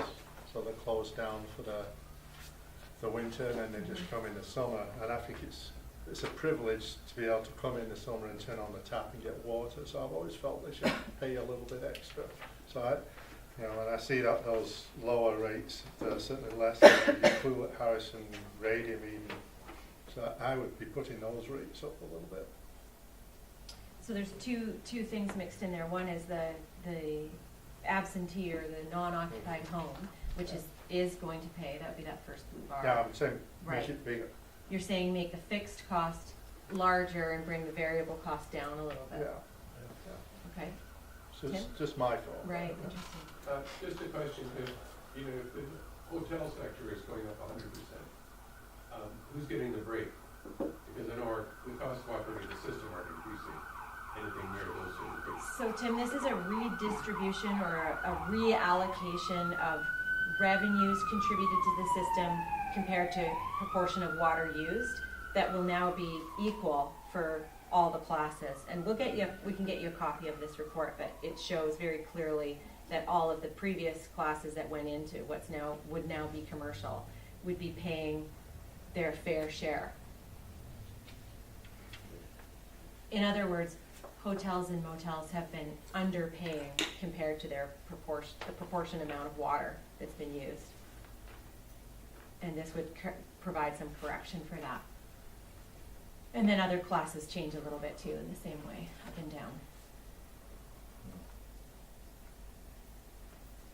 Councillor Anderson? See if I can phrase my question. I'm wondering, scenario, the non-seasonal rate scenario, is that what you mean, or does that mean fixed rates? Well, non-seasonal means it doesn't change from winter to summer, so it's the same rate all year round, it's the same cost structure. Okay. Especially different commercial, okay. When we look at the chart on page 32, and the communities that have the flat lines all the way across, does that mean they're billing? There's no consumption charge, they're not metered. Like Ucluelet's not metered. Okay. Well, the residential class is not metered, I should say. So no matter how much water you use per quarter, you pay the same rate. Or even if you are metered, there's no jump in the rate. Yeah, in Ucluelet, residences are not metered, no. Okay. And in Harrison, Grand Forks, all those ones that are flat. They're not metered, that's right. They're not metered. Or they're at least not, I think Grand Forks may have meters, but they don't have a volume-based price. Okay. So any community that has a volume component, those bars should be rising. So in those communities, do they must bill categories differently then, but they would the fish plant pay the same as a hotel, or? This is just for residences, and he didn't Oh, that's look at just that. residences. So this is just residences, Right, as a sorry. way of, a nominal way of comparing community to community, keeping in mind all of the confounding factors of different types and sizes of water systems and all of that. So neither of those scenarios really present like a flat rate. Just- Neither of our scenarios, no, Okay. correct. That's what I'm trying to. There's still a tiered structure on the residential side. And then one of them has a tiered structure on the commercial And side. those scenarios are generated from the principles to begin with, otherwise we might have been presenting a flat rate scenario as well. Correct. Okay. When you say flat rate, you mean one bill One regardless of how price much water you per use? cubic meter for everyone, say. I don't know if there's much interest in that, but for comparison's sake, I wouldn't mind knowing. Yeah, so, but just to clarify, I think what you may mean is a uniform rate. So a flat rate is like you clue it, whether you consume 1 cubic meter or 1,000 cubic meters, you're still billed $100 at the end of the year. There's just no, Right. right? Whereas a uniform rate is where there's $1 rate per each cubic meter sold. Yep. Okay, so the more you buy, the more you pay. The more you use, the more you pay, right? So that's a uniform rate. And in your case, you have a inclining block rate, which means the more you consume, the more you pay. But at certain points, the price gets higher and higher, just Right. like our taxes, right? It's a progressive thing. The more money you earn, suddenly you jump into a higher tax bracket. So Councillor Anderson, what you're saying is you're curious about if we applied a flat rate to residences, what that scenario Or would even look like? across all categories, maybe.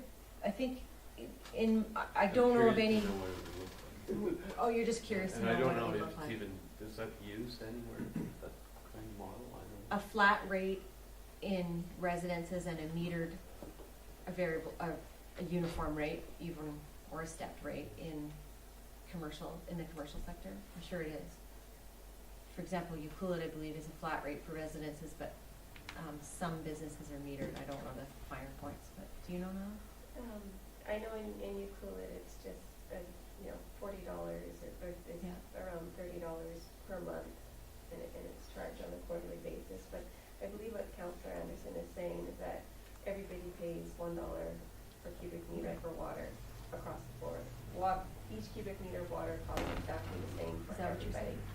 Yeah. Oh, okay, all right, Because, thanks. I mean, A uniform rate, in my right? mind, I'm looking at two scenarios, but I'm trying to think how many scenarios might there be in thousands And we did look at that. some basic ones. You did look at a I uniform think rate? last time, one of our scenarios was a uniform rate for everybody. It was Same Maybe not cost of water even, for yeah. everyone, it is one option.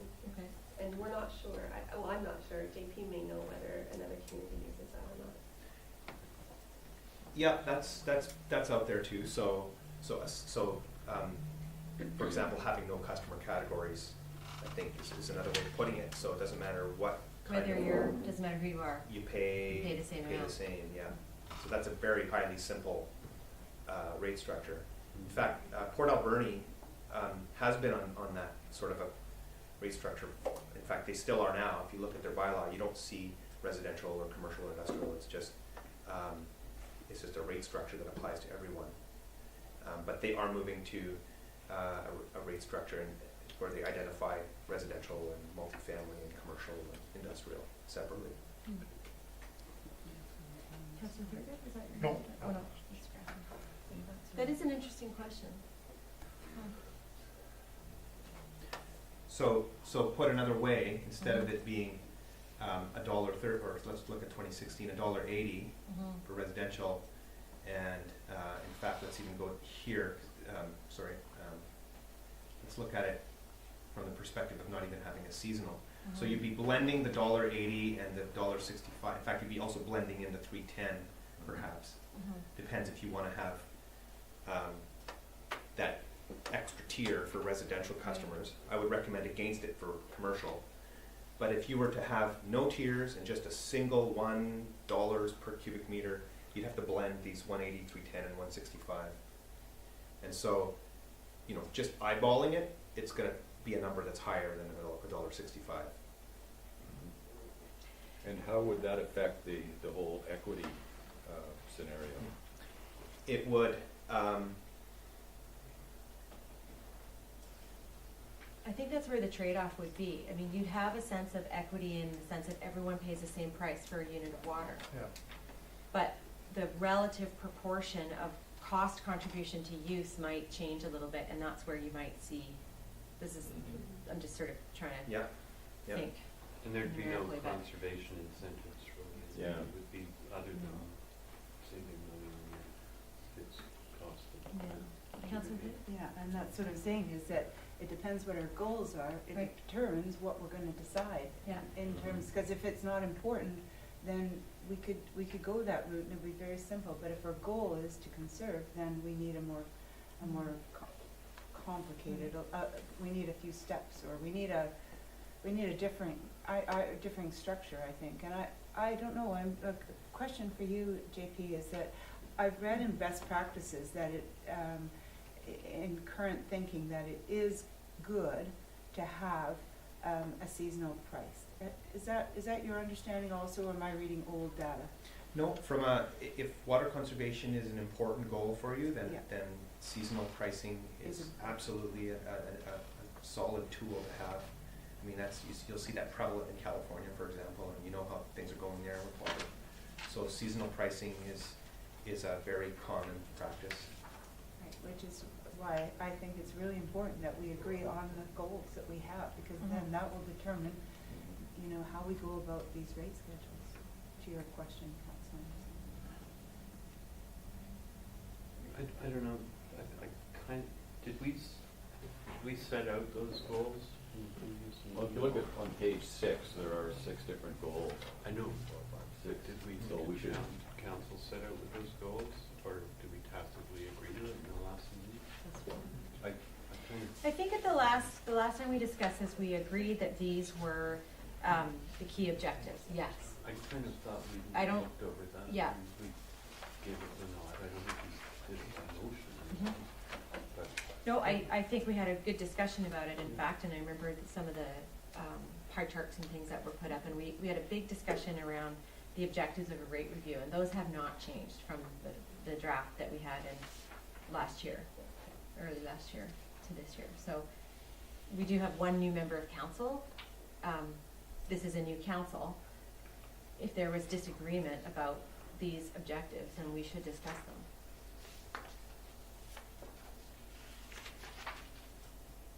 And we don't have to discuss everything today. Let's just remember today is a reintroduction into the utility rate review and the presentation of 2 scenarios. If there's another scenario that is, if there's a glaring omission, there's another scenario that council wishes to look at. I think this is something we could discuss today and decide upon. And JP can go away and run that scenario and then come back. There's lots of time to think between now and then too. So, I mean, yes, there is some time pressure. We would like to have the rates adjusted, the corrections made for 3rd and 4th quarter of 2015, and then the new overall rate system would kick in January 1st, 2016. But please don't feel rushed like today is the day where you have to make all the decisions, because it isn't. And this is a Cal meeting too. We're not even in council, so. Councilor Blanchard?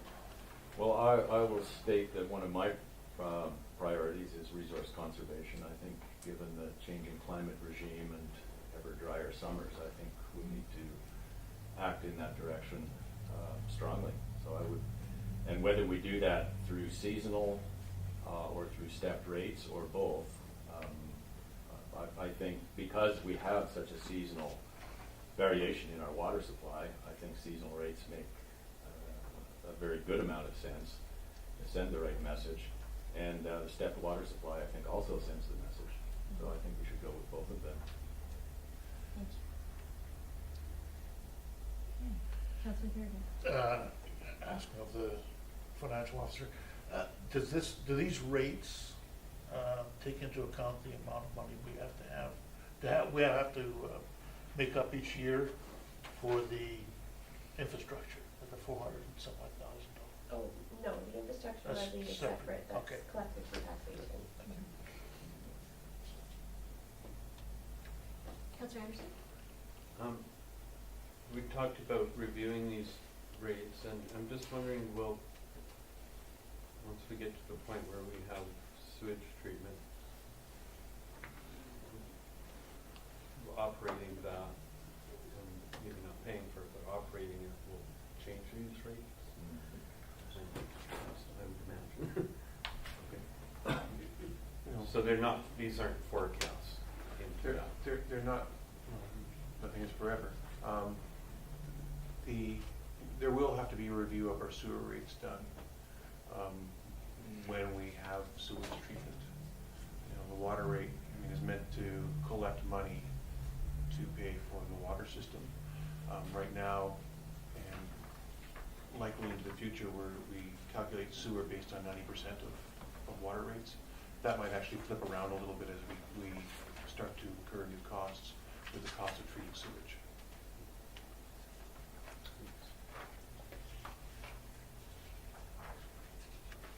Councillor McMaster? Yeah, I'll just say, you know, for all the members of the public I talk to, the biggest objection has been to seasonal rates. I agree with a tiered system to promote water conservation, but people do not like seasonal rates, so I would prefer not to have them. Thank you. And I think people are quite well aware in this town that we have to conserve water. I think the cost of water is sufficiently expensive anyway to promote conservation without having seasonal rates. So with the two scenarios that have been presented today, you would favor the second scenario? Yeah. Okay, and Councillor Blanchette would favor the first scenario, I think.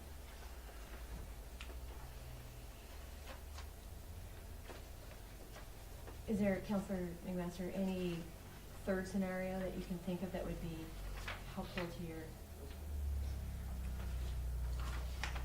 I need to think about it a little bit more. I'd like to Okay. have this beforehand. But, Yeah, I agree. I need to think about it more too. Councillor Blanchette? One thing that piqued my interest was JJ's suggestion that the hotel motel category, because of its kind of unique circumstances, be pulled out into either a year-round flat rate scenario, or some other scenario, that they be treated as a third class on their own. I think that's worth considering. JJ? Yeah, we had discussed it with the three of us here, and we're in favor of a flat rate throughout that because of occupancy fluctuations. And I think that, in the end, if you were looking at the seasonal rate structure, if we're running as we did this year, through 2016 through 2017, there's going to be a disparagement there. I don't see how you could recoup the revenues at $1 when, you know what I mean? That's just my thoughts. And Go ahead, Nada. I think that we have, looking back, we know what we collect from most of the resorts in the summer months. Yeah. If occupancy increase in the winter months, we'll only be increasing our revenue. We'd only be collecting more from the resorts, and there's that ability to do that. Whereas growing in the summer months, there's less ability for the resort to do that because the occupancy is quite high already. Right. So that's why that equity analysis needs to be done regularly, so we're not collecting too much then from the hotel motel class during the winter months if there's so much growth happening there. wouldn't that flat rate across the board get rid of all that work?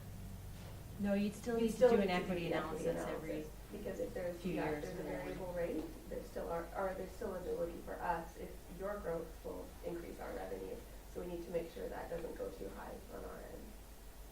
So whether it's variable or flat rate based on cubic meters of consumption all year, however it is, we still have, anytime we charge the variable rate, we have the ability to collect based on your increase of occupancy. in other words, whether there's a seasonal rate or not, growth over the year in that sector is going to add to the revenues. And so the equity analysis needs to be done regularly so that we're not over collecting.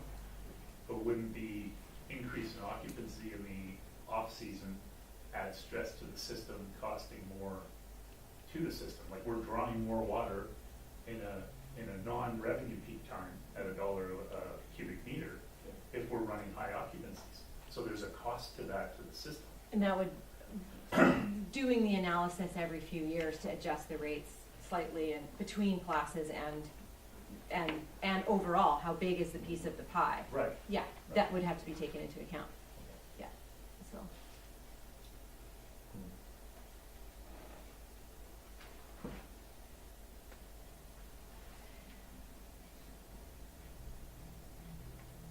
Okay. I think everyone needs some time to think. No?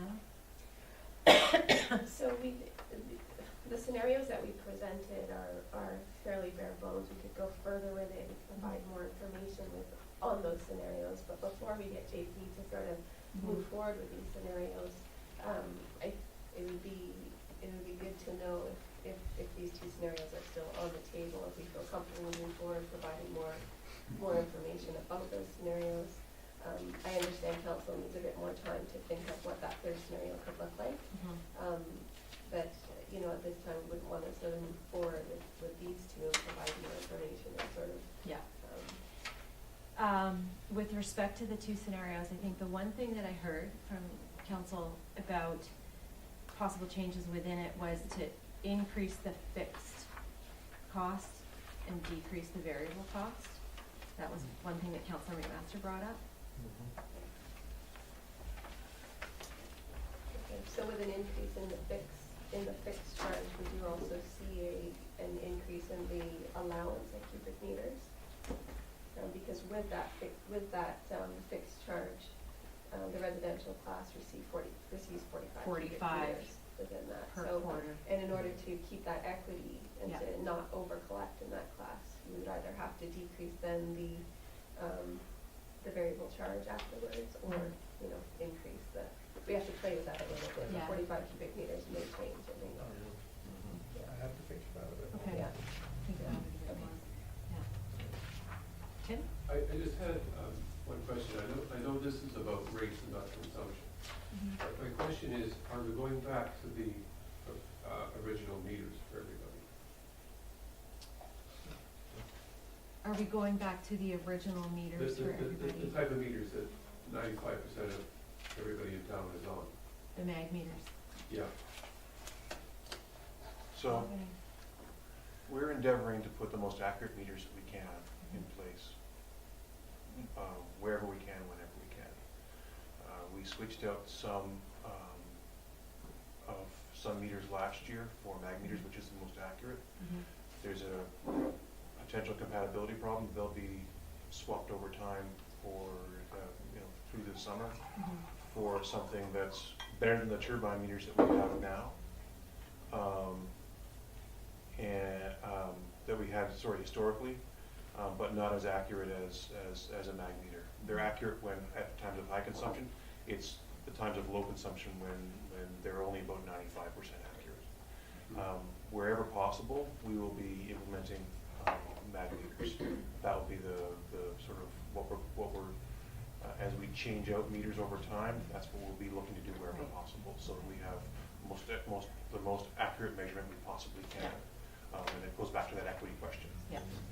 Okay, there is an issue there. And the council can charge whatever they want for water, and they can't discriminate. And by using different ways of measuring, they are discriminating. And I think that'll be a challenge. Yeah, well, we can't change out all the meters at exactly the same time, and we No, can't but- afford to change them all to mag meters at the same, But is within the that the same time intent to either. do that? I mean, The intent is as the meters, now remember that a residential meter has such a fraction of what some of the larger commercial accounts have going through them, that the turbine meters aren't wearing out as fast. So the intention is to try to keep them as accurate as possible. Some of those meters will last a lot longer than other meters will. So if the intention is to have as accurate of possible meters on all connections. But by not having all the same meters, you're measuring, you could be measuring differently, and that's discrimination, and that can be challenged. Okay, so we're not gonna get into a debate about this. This Yeah, meeting is but about utility Yeah, rates, no, so I realize that, but I just take thought your while point, everybody but, was here, yeah. I'd make the point. yeah, and I think there'd be some disagreement about whether there's actually discrimination caused by the different meters. If they're all within, say, 5%, regardless of whether they're a turbine or a mag, it's that 5% that's the most important, not what type of meter it is.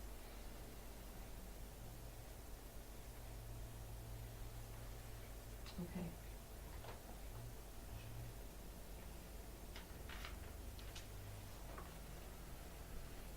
Councilor Blanchett.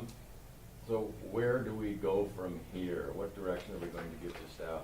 Do Well- we, Oh, go ahead. well, you. No, I think Nyla made it pretty clear. So what we need to know is what staff needs to know is these two scenarios are they headed in the right direction? What tweaks, if any, and we've heard one.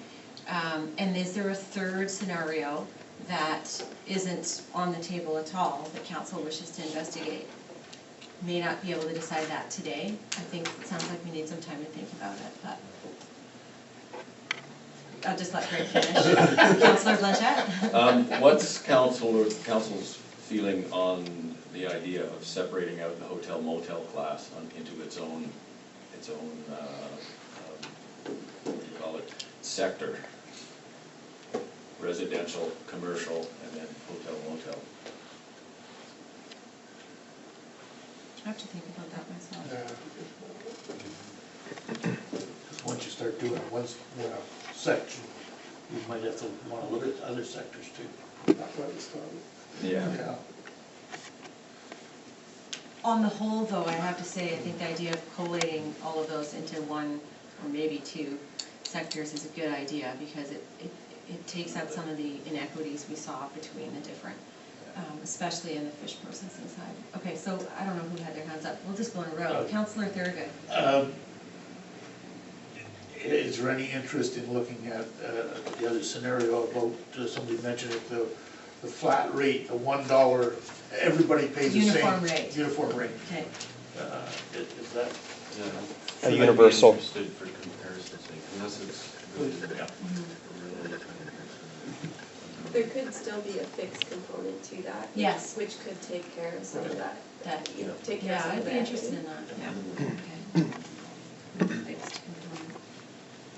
That would, I'd be interested to see what the trade-off in equity or perceived equity amongst user types per unit of water versus contribution of the different past classes into the system. It seems like this uniform rates would be the most understandable. And that's one of the goals. It would also address some of the concerns that Councillor Thicker raised earlier too. Okay, that's it. Councillor Thurgood? Yeah, We'll move down the line. All right, Councillor McMaster. I was just going to say, I need a bit more time, and I would like to have a timeline as, you know, I realise we have to have a deadline. I'd like to know what the timeline is for him to get input to rerun some models, Okay, and then I can work towards that. okay, thank you. Councillor Thick? Yeah, I agree.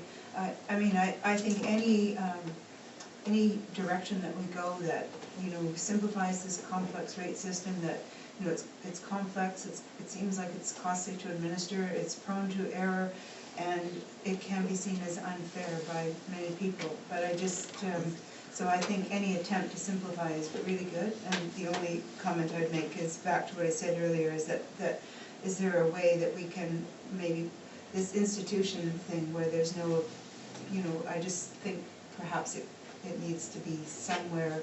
It doesn't seem to fall, for me, either in the residential or commercial. So that's my question. I don't know where they fit in that scheme because of the fact that it says under commercial for financial gain, but they're not actually in the business of financial gain. So how does that fit? Are they lumped into residential, or do they become a separate? Or, as JJ said, you know, this idea of the flat rate only is an idea too. Nyla had a comment there. Yeah, the institutional class accounts for 1% of consumption. So there aren't too many accounts, and if this is a concern with council, we can actually have a bit of a closer look on that account, sort of like a before and after change and what that would look like for them, just to see what the impact is there. Because I appreciate the concern, and it's such a small amount that I have a feeling we're not going to be greatly impacted. It could be wrong. Okay, that would be great. Yeah. Okay. So we'll take a look at that. Council will consider the question about sectors, and I think it's gonna take some time for us as individuals, and then we'll have to discuss it again. But this idea of a scenario with a uniform rate with a fixed component is one of interest. So residential and all the categories paying the same fixed Yeah. charge and the same uniform charge, Yeah, same fixed and uniform. so, yeah, or, the same uniform, yeah, exactly, the same uniform charge, but then there's a fixed component to Right. it. Yeah. So I just want to throw something in there to help your thinking. Thank you. So this chart has two pieces to it. There's the target, which is the green box, and it has the blue shaded area, which is the actual amounts paid by the categories. Mm-hmm. So scenario 1 has achieved a situation where each category is paying commensurate to their cost of service. So if we, for example, pull out the hotel class, their cost of service doesn't change, and their rate is going to be pretty much exactly as it is now, unless you're deciding as a council that you want to accept some cross subsidies, which is entirely acceptable. Communities do that all the time. If you're saying, well, you know, we don't want hotel motel to be paying as much as this scenario is showing, so we will accept that other categories will subsidize them. That's a perfectly acceptable decision to make. So trying the uniform rate will affect these blue Exactly. bars will go up and down, and I'll be coming back to you with a situation that says, here's the best I can do, and you can see there's some inequities now that Yeah. we've not been able to achieve an equitable situation with a uniform rate and with a single fixed charge. Yeah. Then you could tell me, well, why don't we have a different fixed charge for each customer category to try to rebalance the equity? So that you can see there's a lot of different ways of coming at this. So it comes back to your point about what are the goals. When you're having to play off one objective over another, which ones are more important? So you may even look at that slide 7 or 5, I forget what it is, and prioritize those objectives and say, you know, I think revenue sufficiency will be at the top of your list. I probably could say that. You got to get the revenues that you need. But then moving down that list, which ones are more important? And if I have to compromise on one because another one's more important to you, that would be useful for me to know. Yes, and it may be that analysis, if you ran that third scenario and came back and then we looked at, okay, that would help inform our conversation about making those trade-offs, because we'd have some more graphical displays of what the Yeah. costs are of the different. If the uniform charge is interesting to you, I could try to do it right now, and we could see how things change.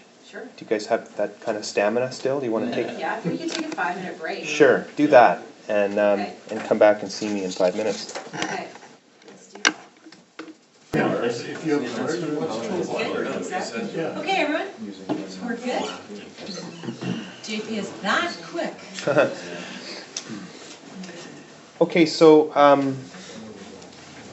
I went through and I combined all the categories, and so the new rate structure now is $55 fixed charge for, doesn't matter which account you have, and $1.48 for every cubic meter from the first to the last. So every category is paying that under this new model. And I went back to the financial bit to make sure that I'm still generating exactly the revenues that will ensure that I don't get hung up to dry by NYLA at the end of the season there. So I didn't touch the 2015 rates. Those are sort of an anomaly anyway. I left them, but the ones for 2016 are 2.3% increase from the revenues from 2015. Mm-hmm. So what I would call the universal rate is $55 plus $1.48 per cube. Per cubic meter, right? Summer, winter, commercial, residential, processing, doesn't matter who you are. So, so revenue sufficiency is taken care of. Revenue stability is still pretty good, still have a pretty decent component of fixed charge there like we had in the previous scenario. That hasn't changed really that much. Okay, Okay, that darker green bit at the bottom shows you how much of the revenues are coming in from the fixed charge, from the $55. From a water conservation perspective, not as strong, but still, people get it that the more I use, the more I'm going to pay. And so it's not that it's a terribly worse structure. It's not as good, but it's still a conservation. Anything that has a volume component is still conservation oriented, so that's good. On the equity side, so this is that chart. It's this one, but just kind of expanded so you can see the little differences. And you can see now that under this new rate structure, let me zoom in a bit so you're not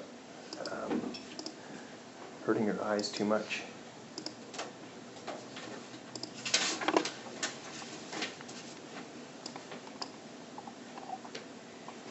Okay, so the effect here is that the residential category now is quite exceeding their cost of service.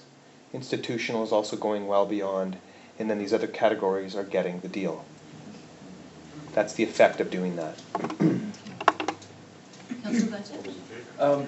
JP, what exactly do you mean by cost of service?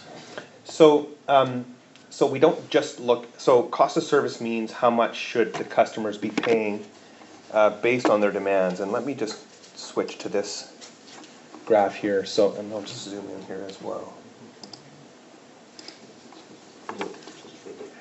One more.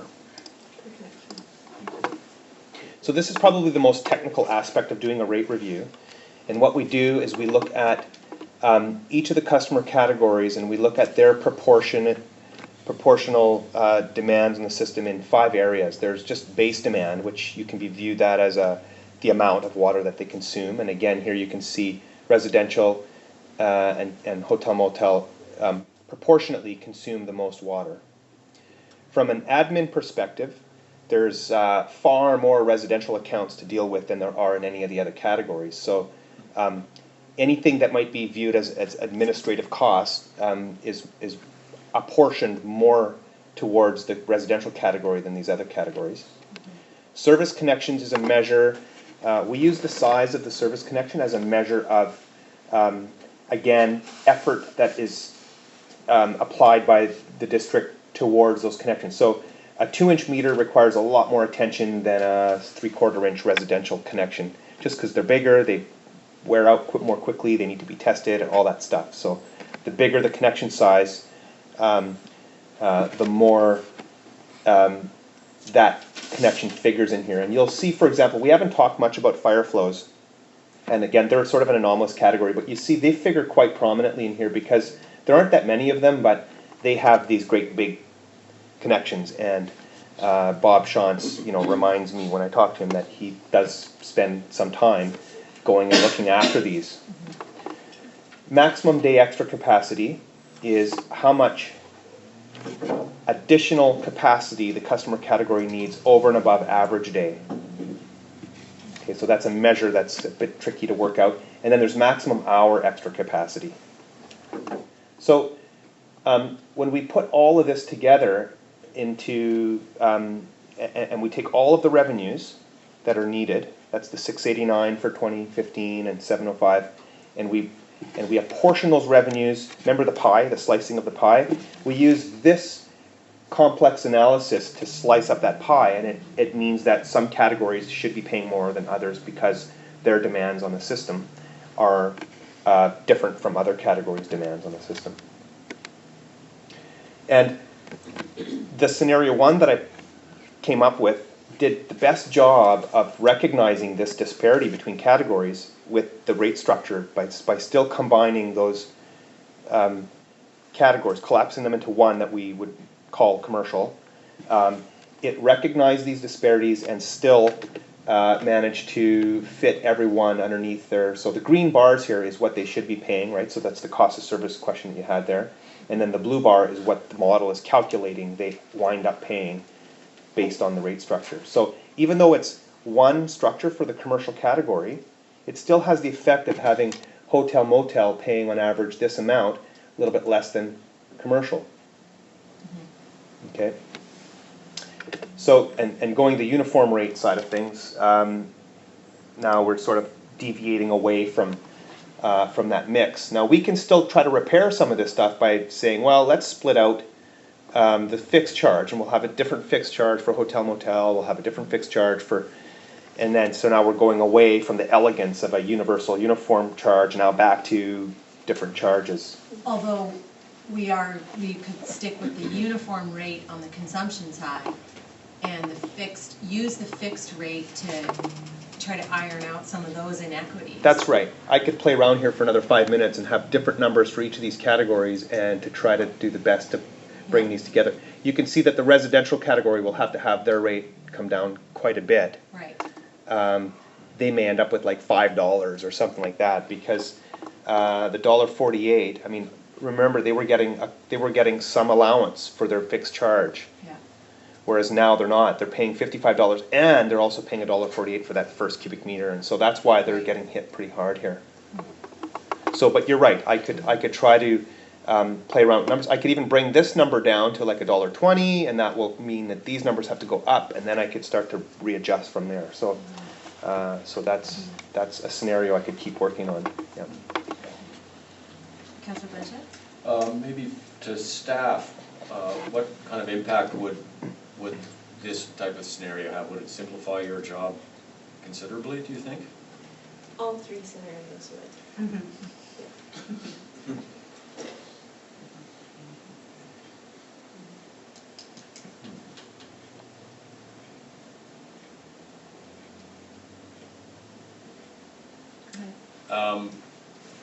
Looks to me like this is worth pursuing, but jigging around with the numbers a little bit to correct some of the inequities. But that would be a very nice thing to present to the community, very understandable, a 5-minute presentation. I wonder if we could also combine this, I hesitate to say this, with a seasonal consumption rate as well that would go up in the summer. I feel quite strongly that summer is such a tight water season, and it's only going to be getting tighter according to the projections, that it would behoove us to have some kind of an elevated summer rate just to drive home to everybody that this water is tight at this time of year.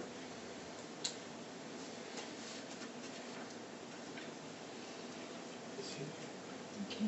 But then, Yeah. wouldn't we be coming back to that other scenario, I think? Things to think about. Yeah. Okay. Now, I could also allocate an allowance. So it could still be $1.48 or whatever, some other number that ends up, but the Yeah. residential category could get an allowance for that, which means that they'd be getting some water for their base charge. That would help to bring this bar down. I see what you're saying. Yeah. That would probably be appropriate. Yeah, but then it's not a purely universal rate now. Now it's like, well, why do residences get that allowance? You know, so Right. just to Why are they care. getting a few cubic meters per quarter Yeah. included in their base rate and others aren't? And the way of explaining that is because, well, the other rather complicated figure that you showed us. Right, so when it comes time to communicating with the Yeah. public, this has the very great advantage that it's like a one-size-fits-all solution, so everybody's being, even if people don't dig into the equity analysis, they get it, that it's the same charge for everyone, so there's a sense of equity about that, even though underneath it's not exactly equitable. But once you start to deviate from that, at that point, you might as well start recognizing different customer categories, and then you can at least explain that, yeah, we recognize residential because of this, and Okay. Councillor Blanchett, and then Councillor Astor. Some of the feedback I've been getting is that people don't want residences to be subsidizing businesses. And if we roll it all into one like this, I wonder if we might have trouble explaining that, or it might turn into a convoluted explanation to convince people that residences are in fact not subsidizing businesses. Okay, thank you. Councillor Astor? That idea of the allowance, could you apply that same allowance to every category? So if you're going to get that, you know, you're going to apply a residential allowance, and you apply that same residential allowance to every water bill. You'll still look at there'll still be inequities between customer categories, though. Inequities would stay the same. That's right, because Yeah. you're doing away with, everybody's gonna get, Yeah, it just shifts it. yeah. Well, we're definitely getting a good sense of what the trade-offs are, and that's what Yeah. we need to know. Councilor Blanchett? I think adjusting the fixed charge for each category, or for residential anyway versus business, is pretty easy to explain, just by saying that makes it increases the equity of the whole system. I don't think people would have trouble understanding that. And just give everybody, you get 15 cubic meters of water for your base charge. For the residences, that's their monthly, that's what they use for the month. For the resorts, it means nothing, essentially, so it's just a kind of a pro forma gesture. There might be some perception too that it's not fair that everyone pays the same base charge when one is a resident, just a residence, and another is a hotel or a restaurant, or, I think there would be some sense that the base charge is inequitable, even though it would be sort of incidental to your total bill, actually. Yeah, if you think of it sort of metaphorically, the base charge is what you pay to be on the system. So that's representative of your load on the system. So a big business should pay a bigger base charge because their infrastructure costs more, whereas a residence would pay a small charge because they've got a tiny load on the system. Or should it? Because if there are 700 residential users and the administrative burden of giving out all those individual bills is much greater than a handful of commercial, I'm just presenting the opposite argument. Yes. So I think there's a number of ways to Yeah. think about it. From the point of view of every individual resident, as an individual resident, I'm a way smaller burden on the system than one large business. I don't think of myself as being one of 700 who's a large load. Yeah, so I think it's a matter of perception. Well, I just think, and this argument always seems to come up, it's sort of business as opposed to residents, and I think that residents have to realize that the lifeblood of this community is the tourism business, and without tourism, this would be another poor party.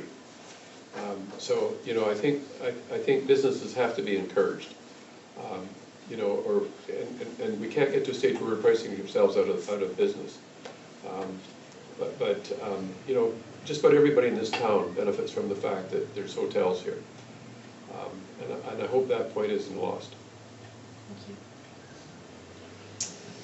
Okay, so is there anything else that, Nyla, I'm looking at Nyla and JP, that you absolutely need from us at this point, or I think we're reaching saturation point?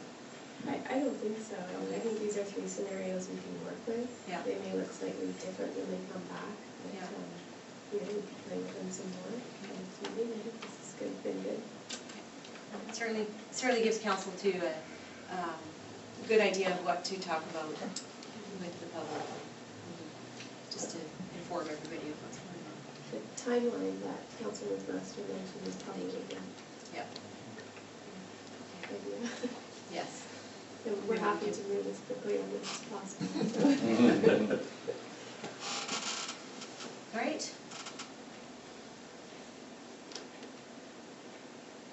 Well, unless there's any more questions. I think. Then a motion to adjourn. To achieve. Okay. Seconded by Councilor Anderson. All in favor? Thank you. Committee adjourned.